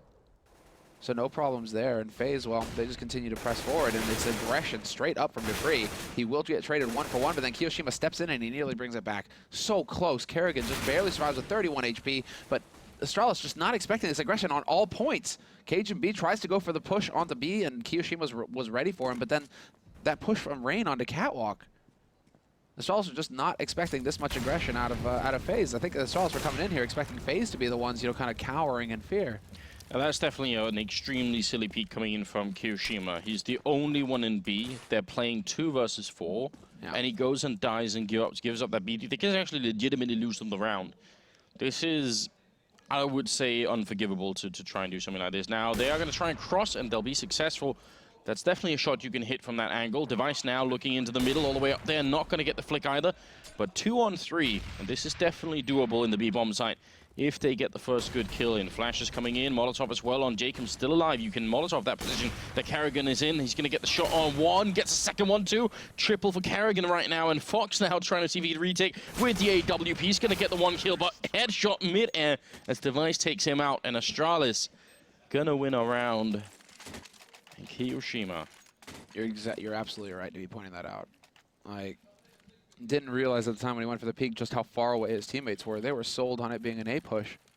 So for him being all alone and going for the peak in that way, big mistake on Kiyoshima's part. Yeah, whoa. Oh, I thought he had the tag there. That looked close enough. In FaZe, man, they're just going for every trick in the book right now. Look at this. Not every day that we get to see the old... I mean, this was like existence boost, basically. Set up behind the smoke and mid doors, get boosted up into mid, look to top mid at the barrels, and hope that you catch somebody getting greedy on Astralis' side. Now, they just heard the AWP over in B, so are they going to realize the second one here in middle? And now they certainly will. Fox putting that shot in there should make Astralis suspect that there might be some sort of double play in action here. Who was it that had the second one? Kiyoshima? Yeah, they definitely heard him take a shot in Upper Dark earlier. Yeah. So that should be sending up warning signs. And Astralis, well, they've got the 4 rounds now on their T side. FaZe still sitting at 7. And once again, Astralis gathered up on Catwalk. They've had success here in the past when they were on their pistols. with the Force, right? The Tech 9 Force. We'll see if they can actually pull it off here now that they have some rifles to work with. All 5 players alive. Nice flash to force Fox off to A slope, and the push begins. Fire, though, is so good to look over in you in that position. Rain also picking up a kill right now. Another one following through. Rain doing a hell of a lot of work right now on the Astralis team. And this is very bad news for the Danish side because they have just finally won a round. And Dupree, you know, 1-on-3 here. Did take down Fox with the first headshot, but they're just all over the place. And he's definitely not going to make it out of this one. Oh, actually gets another kill. This is ridiculous. Oh, my God. He's looking for one more, but he's out of bullets. And Kyoshima will take him down. Here's a triple kill for Dupree. That was way closer than it should have been. He had the Molotov to his left. He was being flanked from the catwalk as well. This should have never been this close. Like right now, as soon as that grenade lands, this is where he's supposed to be dead. But what concerns me is when you look at the scoreboard, he's sitting on 5 kills, Dupree, and we're in the 13th round. And that was 3 of them right there. And that was 3 of them in 1 round, right? So what is going on with Astralis? And Dupree even tweeted after Malmo, you know, like, you know, we're beginning the grind, you know, to get 100 hours in 2 weeks with Cajun B. Let's go, right? Maybe he meant Clash Royale. Do they have a clan as well? Do we know? I don't know. I'm just assuming at this point everyone does. It is pretty... Oh, nice shot from Fox. Gets the tag on device. But it is pretty... in those games, they make circles, right? Remember when it was like, what was it, Geometry Dash? It was like the Frenchies that were playing it, and then they got nipped into it, and then everybody started playing it. I still have that on my phone. I saw Moses play that game, and I've never seen him hate his life so much. Dude, When that happens. So. But it does a fantastic... Because you're so focused, you actually... It just devours time. You don't realize the time is passing because you're just so focused on, you know, making sure that square gets over those triangles. God damn it. Look how low they are all on health, even if they got that kill. Bit of a jump there. Fox not hitting the shot, not hitting it again, and ends up going down. FaZe should not be giving up any space in a round like this, but they are sort of fighting one at a time and getting a little bit back into it here. It's a 2-on-2, and the bomb is only just down. And even Kyoshima here, in a 1-2, could definitely be able to clutch this just because they don't have any health at all. There's the first kill coming through, and Sip out on catwalk with just a Glock, and he does not have head armor here, Kyoshima. That's the only scary part. Bit of a peek coming through, and Sip falling back into it. Kyoshima going to be very annoyed. He's turning his back right here. Glock on the other side, and Sip not peeking in time. It's going to be the defuse coming through. That's very annoying, obviously. No, I was wondering if he was going to find out there was no head armor there on Kyoshima, because that could have been the big deciding difference. But FaZe will end up winning it, and great round from Kyoshima. That I don't think it makes up for the other one, but it's pretty good. It's pretty. I mean, yeah, basically save the day. Astralis, whatever kicks in when they have pistols, they need to do that when they have rifles, because they nearly come through again with a pistol round, basically against a full buy from FaZe. So whatever clicks over in their minds that allows them to just rush out there as a unit and fight as a unit and get that bomb plant and then defend as a unit. You see where I'm getting here. That kind of needs to keep happening for Astralis to be able to turn this around. Because right now, we're just not seeing it when they have the rifles. Spread out once again. They do manage to go back for the... This is just straight default, but the man at headshot. And Kyoshima, he moves just as he pulls the trigger, and that's going to put that bullet into the box. So, no joy for him this round. Astralis, they need these last 2 rounds. I think even 9-6 would be a terrible scoreline for them in the first half here, but it is somewhat workable. And maybe just a standard B split might be what's coming up here. They've got catwalk cleared out. They know no one's flanking long, at least for a moment here. Just try and see if you can do that and put more people in upper than just the one, which is exactly what they are doing here. Kyoshima up in the window there. Easy pick up on Dupree.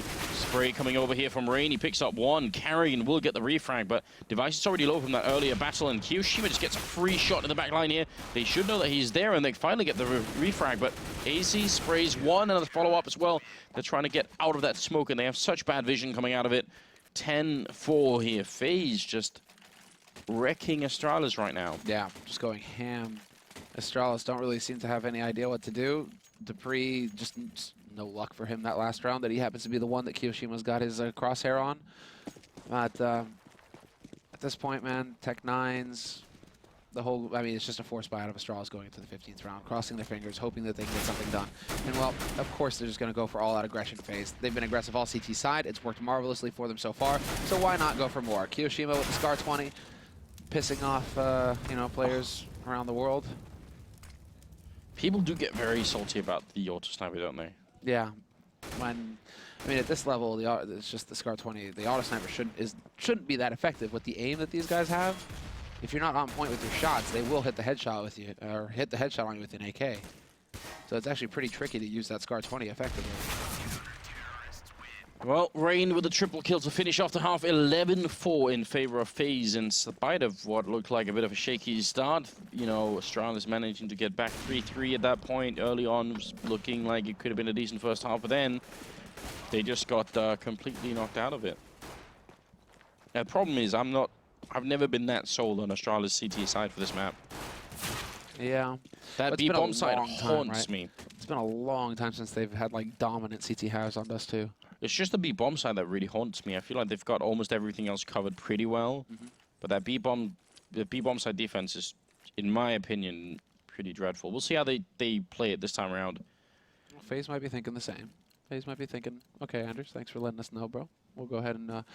I've told Astralis as well at different lands. You know, it's just...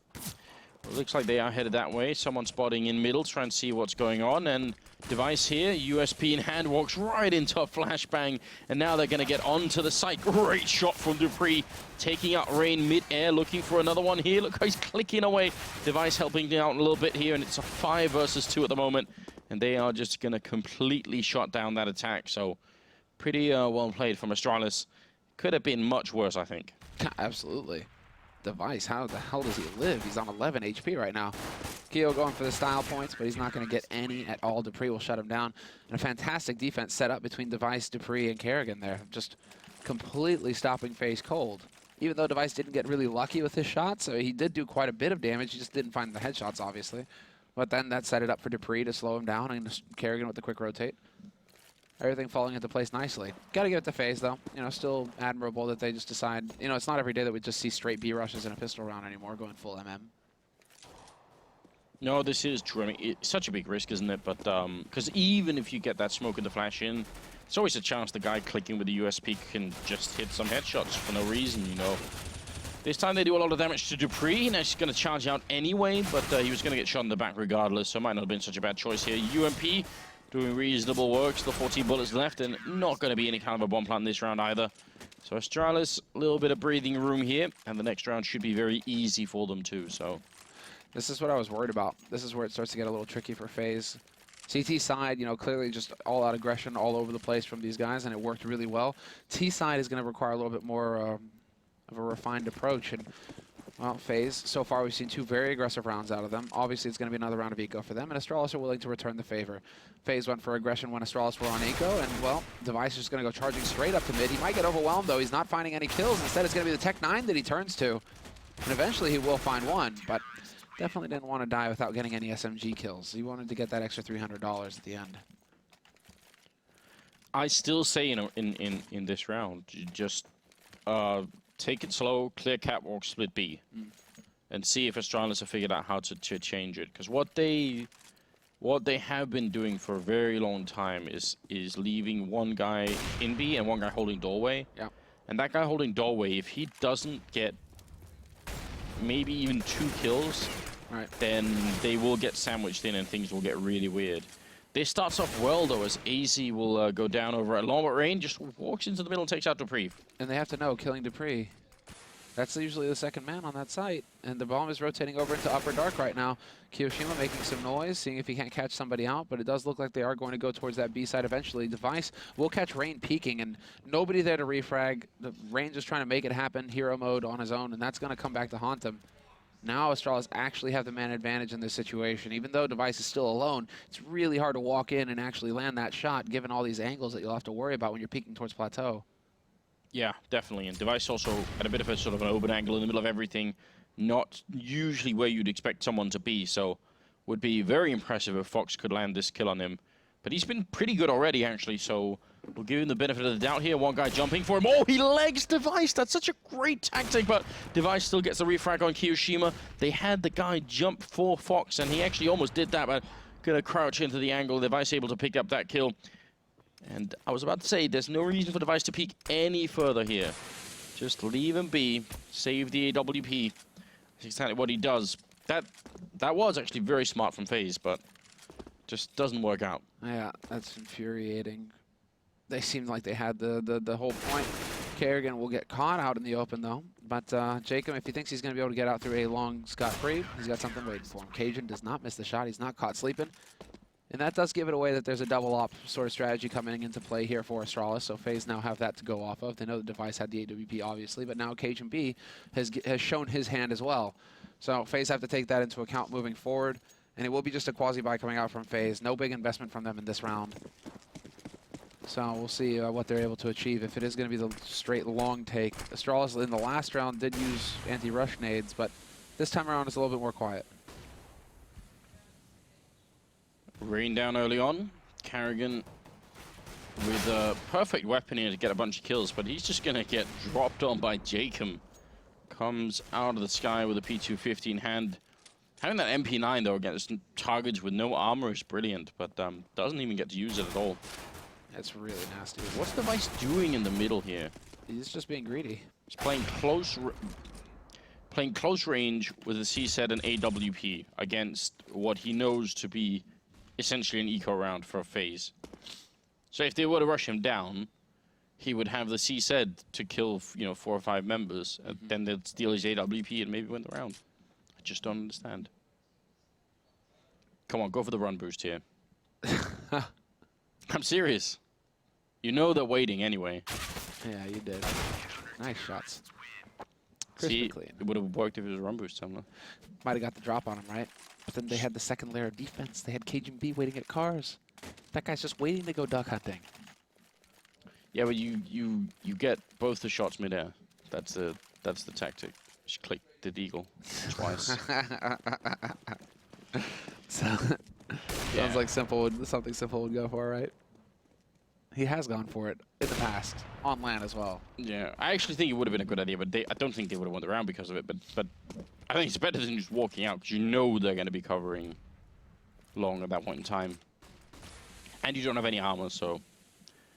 Now, FaZe do have enough to make a buy work. I still think a B split is the most reasonable choice. I Absolutely. still don't trust in Astralis setup. They do have 2 people in CT spawn and 1 inside B. So if you smoke these people off and then just sandwich Device in, that'll be it. But especially, yeah, this is crazy from Astralis. They're really banking heavily that FaZe are going to make up their minds to go A this round. And actually, they just might. They are going to get control of Catwalk now, FaZe. They're going through the motions now with the flashes. So they start clearing that out. Bomb hasn't been committed here just yet. But Astralis will be in a perfect situation here, considering they have a man waiting in Goose. They have an AWP that'll hold at cars. That's where Cajun usually likes to post up. And then they have Dupree, who can rotate over much quicker than if he was sitting on that B side. So actually, this might be a great read from Astralis. Should be working out just fine here. Damage onto Sip. Nice shot from Kiyoshima, but Cajun with the refrag, and Sip just putting up that smoke to buy time. Oh, Dupree! That's a dirty shot to take down Kiyoshima, and then Cajun Device with the follow-up. Fox all alone, running back into the middle. He does spot the header Device and goes for the AWP shot to take him out. He's got the bomb in 15 seconds, and he cannot make that run. We've already had this discussion during DreamHack, and at least not if he runs up or if he runs low, maybe, or out in the middle. Yeah, he might have made that. He might have made that, yeah, but ends up in a bit of a prolonged fight and tries to make it through the double doors. Going to be successful as time runs out. He's now just stuck here waiting. Hits the shot, and not going to be any attempt from Cajun. That's a scary round for Astralis, but it does work out. But yeah, if you run through upper dark into the B-bomb, it'll be about 12 seconds, and he had 15, so that's not going to work out. Yeah. He nearly caught them out, though. That was really sick, because if he'd have hit that shot on the man in CT, he might have been able to make that in time. Oh, there we go. Headshot wallbang from Fox. Not too shabby. That's going to give him something to work with this round. And then they go for the aggressive A-long take. Astralis getting caught off guard somewhat. They do get the nades down, and Zipnex lines them up and gets 3 kills. Wow. Okay, then. And one more bullet on Jacob would have made it a quad. That was a monstrous spray coming out now. Long Fox crouching into that corner, and he's getting so many great shots in, Fox, but that one would have been the really important one. Now, Jacob trying to make it work here, just playing at the edge. And don't think he actually saw him crossing. He was just at the edge there. It's a great Molotov to put in. Now he's just got to wonder, how is this guy not dead? Yeah, right. Where, oh, where did he go? And now he's boxed in as well. So Cajun's covering the angle. He's going to be able to spot in, exactly. So he's got the angle to cover if Jacob attempts to cross, and now Jacob has been boxed in as well because Device has got control of Longhouse. Beautiful shot coming in from Cajun. Reacts just in time before Jacob can get out of harm's way, and that will tie things up 11-11. Astralis running it back after a really tough T side for themselves. They're just completely locking it down on the CT side. It's FaZe with their backs to the wall in a bit of an awkward spot as well. Just check 9. Split B bomb site now. Whoa. I'm getting frustrated here. I thought they were going to go for some aggression in mid there. That was a little scary. Especially because Jacob, he just powers right on through. FaZe not wasting any time at all, and they might actually try and go for a quick mid. But that smoke being down and the shots going in from Dupree seems like that'll dissuade them. If you look at the setup here, who can help each other right now in the B bomb site? If they come through upper and door, so Dupree's the one taking the fight by door here, so he has to get at least 1, preferably 2 kills as they try and make it out. There's just so many things wrong with that B setup. There's no plan B at all. If anyone dies, then the round is essentially done unless someone else picks up a triple kill. It's just weird as hell. Oh. Sip and picking up some really good spray for the triple of his own. Jacob going for the bomb punt, but not going to be successful either. Sip with a quad kill, in fact. Pretty great round from him. He's been playing pretty well overall here at 16 kills. 23 though on Device.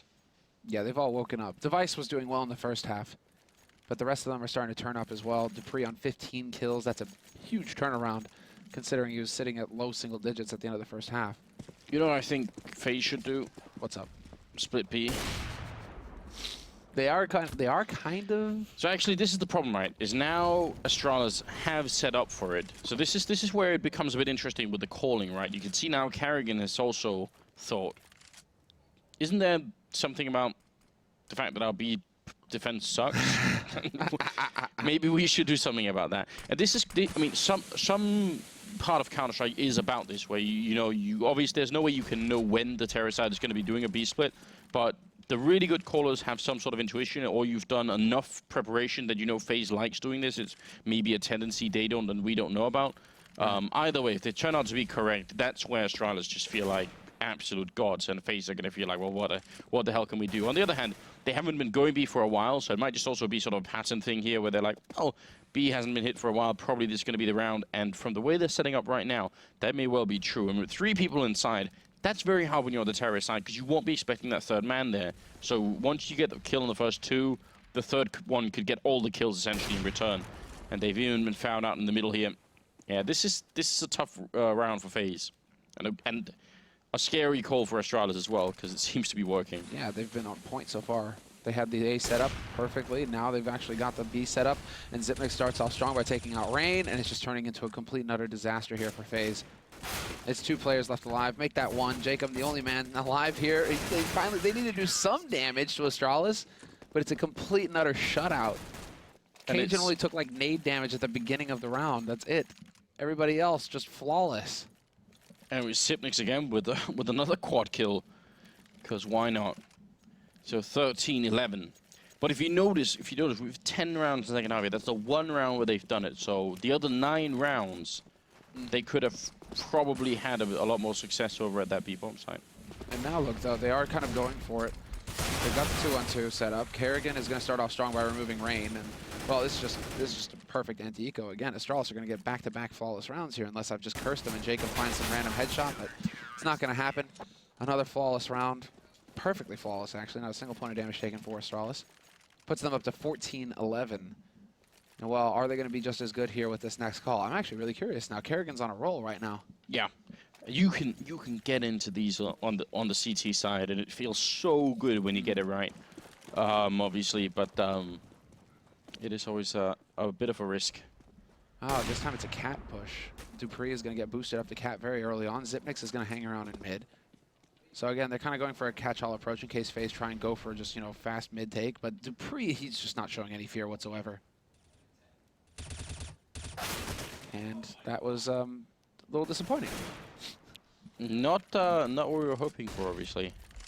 No, I mean, that's supposed to be such an easy shot, and when it fails, all you could really do is shrug and say that's it. Now, see, this is where I would want right now for Cajun and Device to push together into upper dark and see what's going. You need information right now. If you're just going to be having this set up for a long time, chances are FaZe could figure out a good way to execute.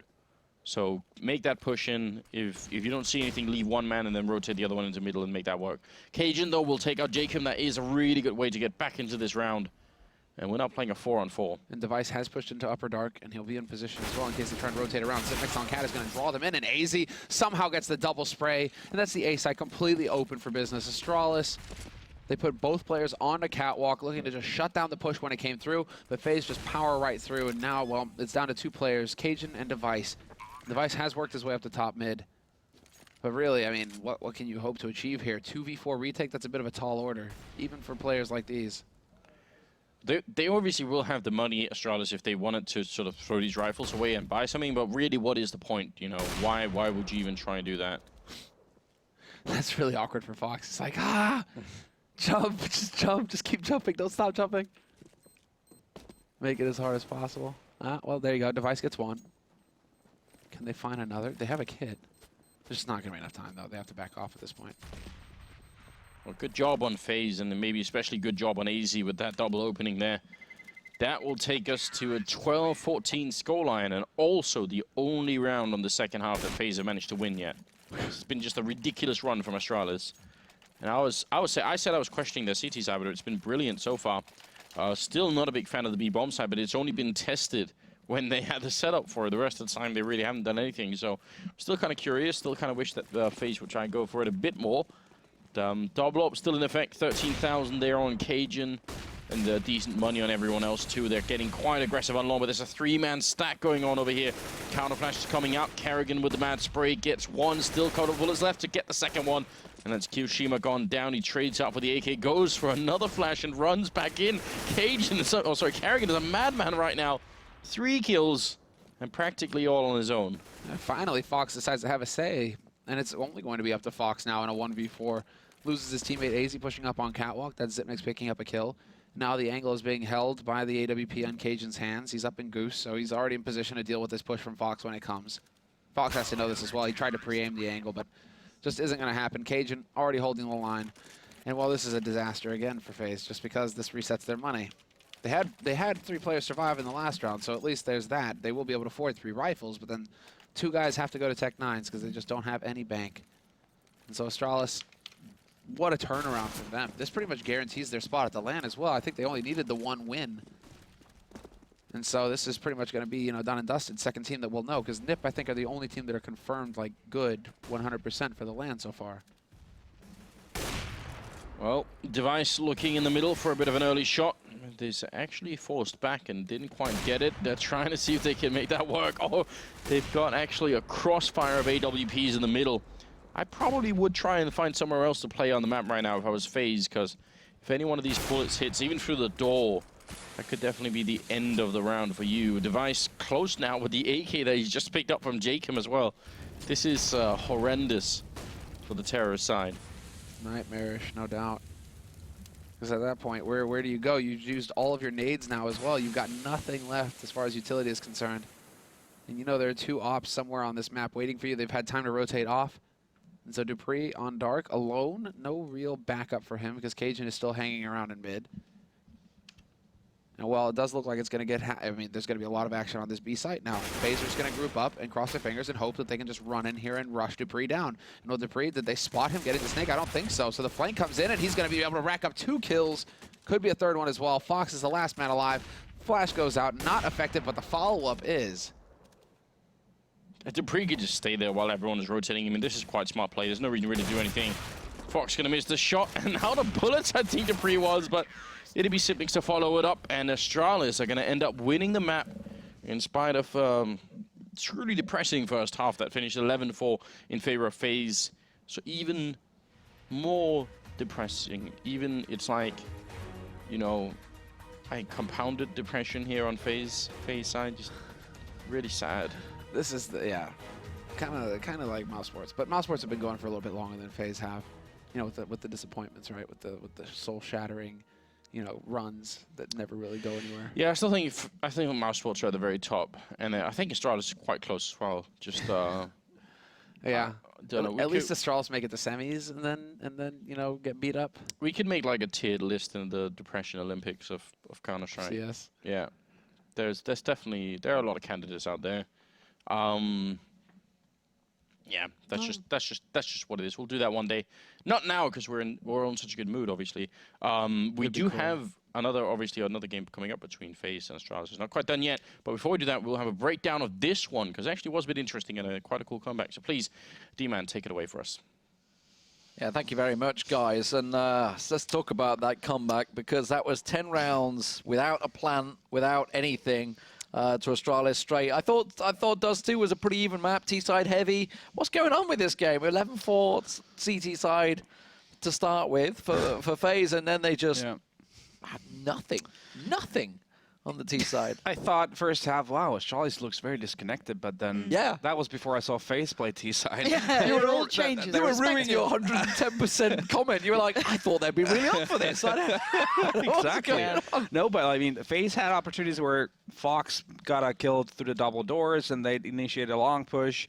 Would be the perfect situation. Still doesn't work out. Stepnix comes with a 3K in a situation like that. Just diffuses the situation right from the get-go. And like you said, no bomb planet within the first 10 rounds. That tells a story on itself. It wasn't really competitive on the second half at all. Yeah, FaZe's T side was an absolute shambles, if I'm honest. Yep. CT side wasn't even that bad. It was quite interesting seeing it was Keo AWPing a little bit as well, which was hit and miss. He did well, but mostly he was into the retake positions as Astralis decided, like, we want to go A.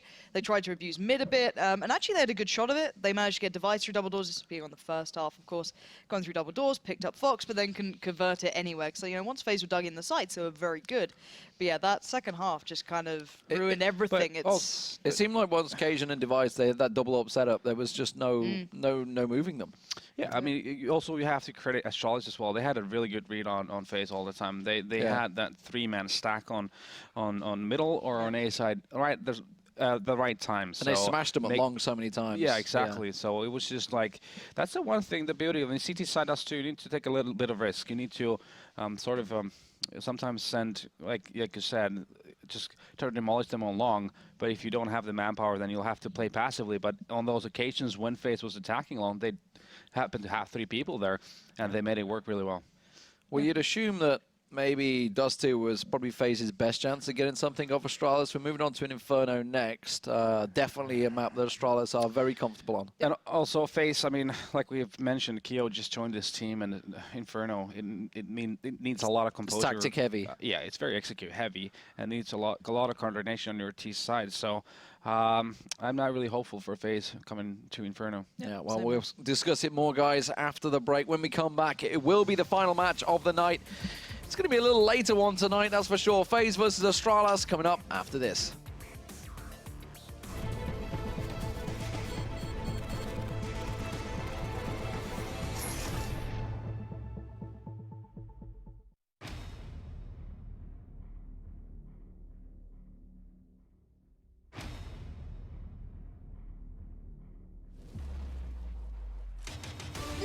What are you doing? They know his position. Can they find his head? 4 members try and push him down. Dexter finds another. Wild Edit is just going above and beyond at the moment. Absolutely sick round from Wild Edit. Baby, what on earth is going on? He's going to get both the kills. Oh my god, Nico gets 3 to 4! Oh my lungs, I don't believe it!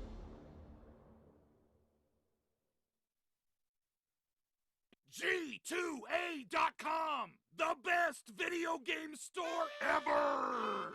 Fast as lightning, solid as a rock, cheap as duck!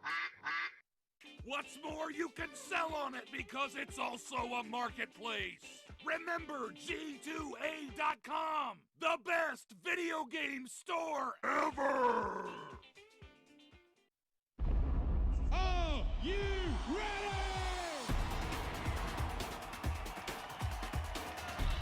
As well, and he could very well drop the bomb. Does just that, and he gets the second kill as well.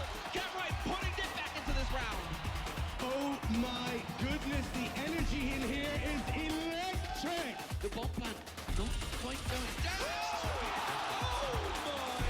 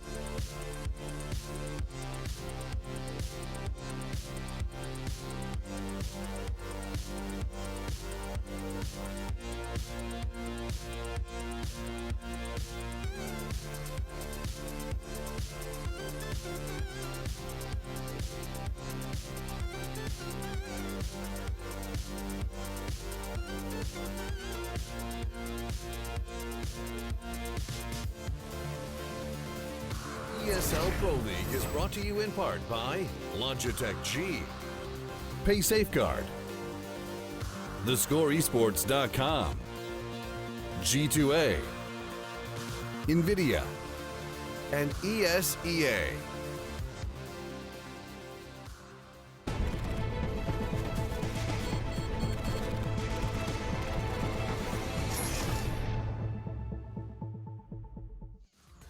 And welcome back, ladies and gentlemen. It's a good job the producer doesn't turn up the volume on our mics a little bit earlier than he did, but... or just do it late after me discussing burgers after our last throw to break. Yeah. Oh, he could have done it late. That's very true. Yeah. True. How was the burger? It's good. It was good. It's good. The milkshake's going down well. The milkshake's good. The milkshake is bringing all the boys to the yard. Yes, so let's move on. The two of us. Let's talk about Inferno. Just not two. That's it. Just him. Move along. Inferno, what a great map this is going to be for FaZe. FaZe Astralis. Let's talk about some Counter-Strike action. Shall we? Yeah. Well, like we said before the break, I feel like FaZe had their opportunity in Dust 2. That was the map that they could have grasped in this two-map series. Inferno needs a lot of executes, especially on the T side. A lot of coordination on the CT side as well. So if your Astralis approaching this, I mean, they have some really solid B pushes. They have some solid wraparound strats on A. They have all the tools to work around here with. And playing against a team that just acquired a new player, you maybe want to rely on doing fakes, playing slow, trying to get the entry and utilizing the possible over rotations, as they do have a new player on the team. What we really want to know is it going to be better than the MV game with Mouse? Because that was a clown fiesta, I believe, is the phrase that we can use. No, okay, well, the weird thing was that once you ignore the first half, right, you just cut that out and just never look back at it, and ignore maybe like the first couple of rounds of the second, like just remove those as well. They did a sick game, but it took all that time for them to remember, like, let's play this game properly, guys. I see. The problem is I'm worried because they couldn't. You're worried, are you? They couldn't get the T side together on Dust 2. So what the hell are they going to do on Inferno here? No. This is FaZe I'm talking about, obviously. I mean, to be fair, you could argue Astralis as well because it's 11-4. They didn't do a great deal on T side themselves. Yeah, I mean, for Astralis, if I'm them, I would apply a lot of pressure on CT side. Take a banana each and every round, smoke all the way down, make sure to delay the Ts as much as possible, make them use their utilities before they actually try and do any kind of an execute. Because, that's again, they are a new team faced with this lineup, so it's always going to be that much harder. Yeah, but I mean, they could just throw Keo in pit. That's the position he played with MV. He was a very solid player there. So are they going to play... I mean, I'm thinking of like how Devil came into Envy.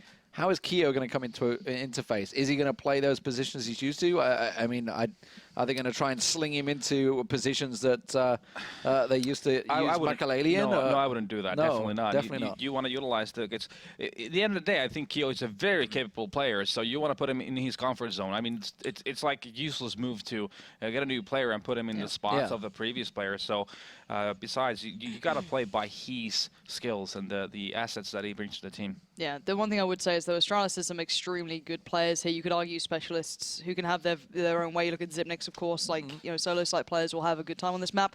So it's going to actually be pretty tough, I feel, for FaZe to find anything here, personally. I think that some of the individuals can do very well, but whether or not that translates into a victory win, a map win, excuse me, is the next thing, and I don't think it will. Oh, you can see the knife round just going to FaZe there. So that means we're going to get over to our caster duo, the final game of the night.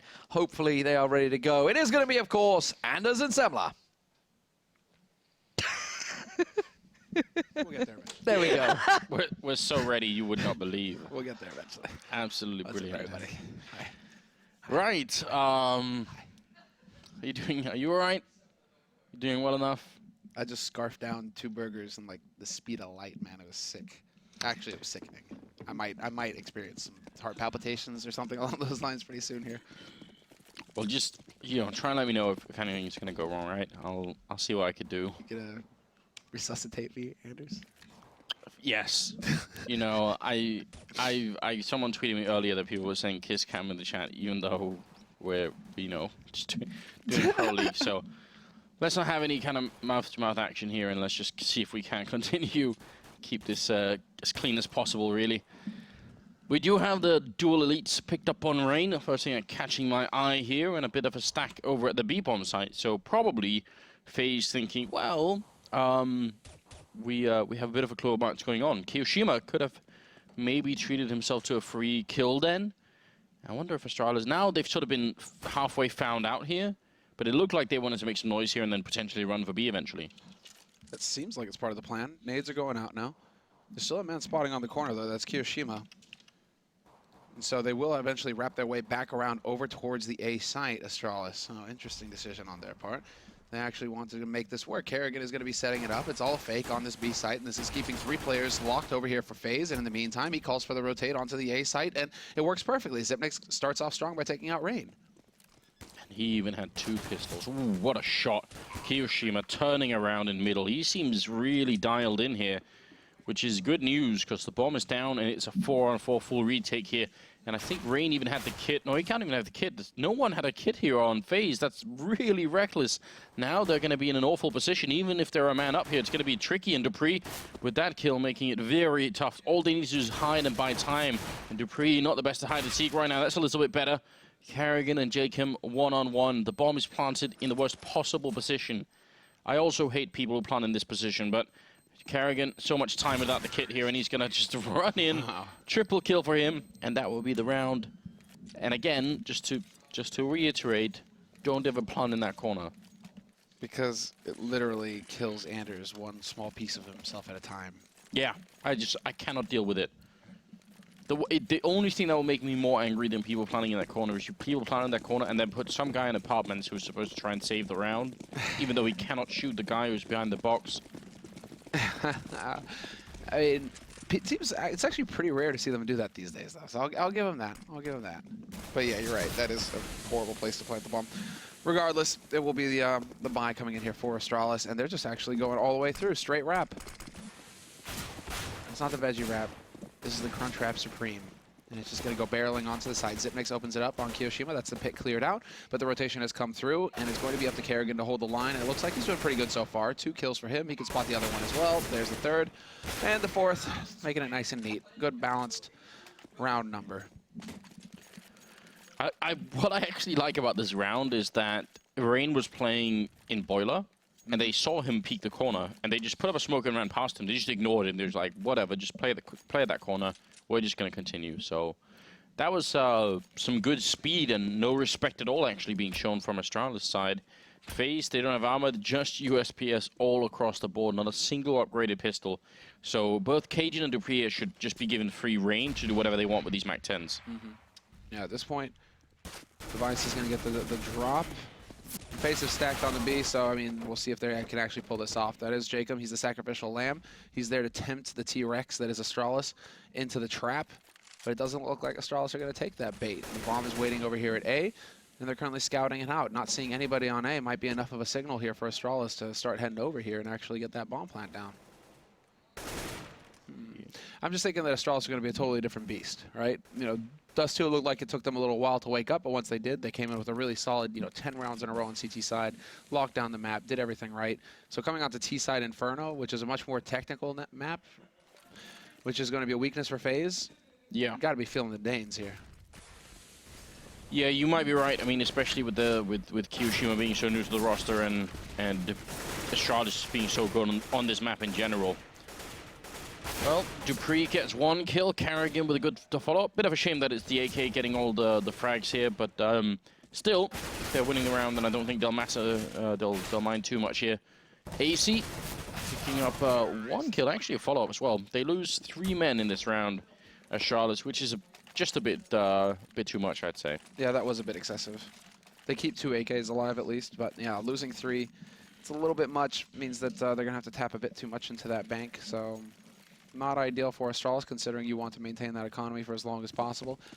And FaZe, well, after those round of ecos, they will actually be able to get a pretty healthy buy, all things considered. Fox, with those pistol kills, means that he has quite a bit more to work with. Full Kevlar for him, flash smoke to work with as well, on top of that AWP. So, all things considered, FaZe have actually got a pretty solid buy going into this 4th round. And Fox, well, here's the BDP. It's time to go for the big plays here. Look for the aggressive peek, and he gets the timing just barely off a split second later, and that would have worked. Device is on the other side, sort of creeping in there. Fox also has a little bit of backup in Jacob with that M4. Gonna go for the shot once again, but not connecting, and he's still sticking around. Oh, there's the shot. Device actually getting a bit eager and trying to jump into that angle, so good early start here for FaZe. And no way for Cajun to reply. So that's a little frustrating for sure here for Astralis. They give up a kill for free. That's the last thing they want. Ideally, they carry over this 4th round and just get a nice healthy 5 rounds to start off this half, but it's not looking too hot here considering they're a man down. So it's going to come down to the call here from Kerrigan, which is usually the case. They expect the magical call to come through to change all things, to make it happen for the team. These smokes Cajun are setting up, I think, are going to end up over at the archway, so not too bad if they can make the full wrap. The problem is there are 2 people near the pit here, and if they see what's coming early enough, they'll be able to buy time. And I don't know, 25 seconds here. This is really a bit of a mad round coming out of Astralis. I don't think you could realistically hope to win a round like this. All it takes is one unlucky kill and the round is going to be done. Kiyoshima, though, smoked off for the moment. They do have a lot of Molotovs left. 4, in fact, still on Astralis' team. Kiyoshima going to get down one. He wanted to trade. AZ and Rain are there to help out. That could have been scary. And Dupree sneaking into Archway, the AK in hand. And he's going to go down after the time has run out, I think. That was right on the edge, wasn't it? And I don't know if he actually had 4,300 at the beginning of the round. I think he died literally right before it ticked over. Yeah, that's so close. So that was a bit of a stretch, I would say. Try and go for it that late in the round. And also they had 4 Molotovs. I mean, obviously those 4 Molotovs are amazing if you put the bomb down, but maybe try and use them to get into the bomb site. Well, TSAT, I'm kind of curious. Well, let's see. Regardless, it is going to be an aggressive mid play coming out here from FaZe. They just go barreling down. They get the smoke down to block off pit, and they manage to trade 1 for 1. So far, so good. Great flash from Rain to set up and take out Dupree before he can get back into the apartments. And with that, FaZe fall back to the sites. They've done their job. They got the aggression out there, and they actually made it work in the end. A bit of a scary situation, though. Easy to get trapped in middle, even as a CT if you push down too far. If you don't also control the second mid. Device doesn't have a rifle, but he will pick up one off of the ground. So 4 versus 3, this is still doable. I think we've pointed this out so many times. But whenever you are a man down on the T side, that B bomb side is just always going to be a little bit more tempting. Fox on the corner with the AWP flash, not going to touch him at all. And this is a great angle for him to hold. It's even a bit of an off angle. He's a little bit further out than you normally would be. Device just doesn't see it coming. So good play from Fox. Beautiful start so far. Well, Cajun, where's the peak? There it is. The Fox peak comes right on out from Coils. And actually, great recovery here on FaZe's side. Completely shutting out Astralis from that round. Going for the big aggression. This is what they did on Dust 2. They were going for the big plays. Fox tried to make it happen in the 4th round with the peek into Banana. And actually was successful in the end, hanging around, holding those lines. But then with the aggressive push into mid, that was really solid work. So, I mean, now, what's it going to be? That's the question here for Astralis. Apart from just the ego round that's obvious to everyone right now that's happening, what is their decision to, how do they actually choose to handle this aggression that's coming out from FaZe in the next round, in the 7th round, when they'll be able to afford to buy again? I would love to see Astralis continue with some of the speed that they were coming into some of the anti-eco rounds with, you know? Get up to the middle, try and see if you can't essentially catch them off guard. Not that many people actually tried that on Inferno, and there's a good reason for it. Obviously, you cannot really rush Banana just because you're always going to get counter-grenaded. So it's too much of a risk, really. Middle, you probably could, but people don't really like to go for it. You know, rather try sort of standard setup. But maybe if you're quick enough about it, you could try and catch someone. Especially if you put up that smoke, and they're not going to be able to see it. AZ gets tagged a little bit, but yeah, because this slow style so far, they haven't been winning that many duels here on the T side. It hasn't really been setting itself up nicely for them. Kiyoshima and AZ doubling up on short, and it looks like they want to go for the boost. So again, running through the whole gamut of different CT setups here. This is a different one. Kiyoshima, he's going to be the one with eyes to look over the smokes if they do decide to go for the wrap. And that it is looking like what Astralis might want to do. I mean, the smokes are going to go into short. Incendiaries are going to go down. Now Kiyoshima turns away, just trying to dodge the flashes. And he will get one spray, but he's a little bit late on it. And Dupree can trade effectively. AZ not going to get anything past that either. And Rain, will he get lucky? He will find the shot on Cajun, who just decides to recklessly push through that smoke. So Cajun hoping to catch somebody off guard. It doesn't work. And now it's a 3-on-3 retake scenario here for FaZe. Yeah, especially because Cajun could have probably gone back to middle and just stayed alive for the rest of that round, and it would have been way more beneficial to his team. But Sip with that kill on Fox is going to be helping out his team quite a bit now. Rain and Jacob left 2 versus 3. This is quite an important round for FaZe. They're only just getting back into the game here. They can't let Astralis already get a 4th round. Rain realizes something is up. Jacob with the Molotov, but is not going to be put to good use here. He's going to be all alone, takes down one. Out of bullets and trapped in the corner, going to be putting up a smoke to try and see if he can escape. But the round obviously going to be Astralis here, there's no doubt about that. And Jacob, barely going to make it out, it seems. Nobody saw that. Nobody saw you get stuck on the wall there. That's all good, you made it. Or did he? Yeah, Device can't get, can't get there fast enough. So yeah, the save happens and he actually managed to survive the round. FaZe will be able to buy up again. And while FaZe now, what is the other option they can go for? They can go for 3 and Banana. They haven't really done that. They've been putting Fox over there with the AWP early on, just putting him and Jacob together. I haven't really seen them go for the all-out aggression in Banana. But it does, actually, it looks like it's a quad peek. It's a quad play on A, and Fox is holding aggressive in mid. So this is one way of changing it. Fox has been holding top Banana with that AWP quite a bit lately. So for him to go over to mid is a shift that might catch Astralis off guard. Or Device will just shut him down 1v1. Nicely done there by Device, reacting in time. Real shame, because Jacob started off that round hitting a monstrous grenade on Device, right? So he was already low, so even if that was a leg shot or something coming through from Fox, that would have probably worked out for them. Now, that's obviously a bit unnerving. They still have the 3-1 setup with Jacob alone at top Banana there. I'm not a big fan of his position, though. There is no getting back from behind sandbags here. So either he just duels them and gets at least, well, he has to get 3 kills to make this work. Even if he gets 2, it's not enough. So if he trades 2 for 1, they probably still lose the round. 3 or more and we're golden. But he can't obviously make it out of that corner. And I don't know, if he was holding back to the sort of the further back corner, at least he would get a second chance at a fight, right?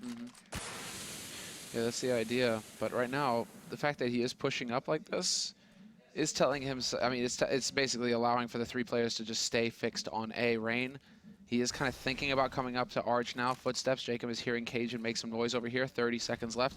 And Astralis, they have to pull that trigger. And Jacob, he's only seeing the 1 man, and he wins the duel flat out. Rain is rotating, but that is a mistake because the push is coming in on A. Kiyoshima will pick up 1, but that's only a 1-for-1 trade. It's going to come down to AZ, and he gets nothing. And that's a real issue here because now there's a lot of work ahead of Rain and Jacob both. He did so much damage. He put Carrigan on 1 health, and he just couldn't finish it. There's the headshot to kill him. Bit of an overkill even, but still a 2-on-2. They do have a kit on either player, but no smokes to cover the defuse, and that's going to make life really tough, and it's a much better plant this time. It's a default here, so Dupree should have a good chance. They still haven't even picked up any grenades off the ground, so it's going to make life really tough. There's the flash coming through. They're already defusing, and Dupree's going to be late. He gets both the kills, but FaZe are going to win the round, and Astralis is going to be very upset at that. They can, I think they should force up because they got all the kills. It's almost ridiculous not to do it. The money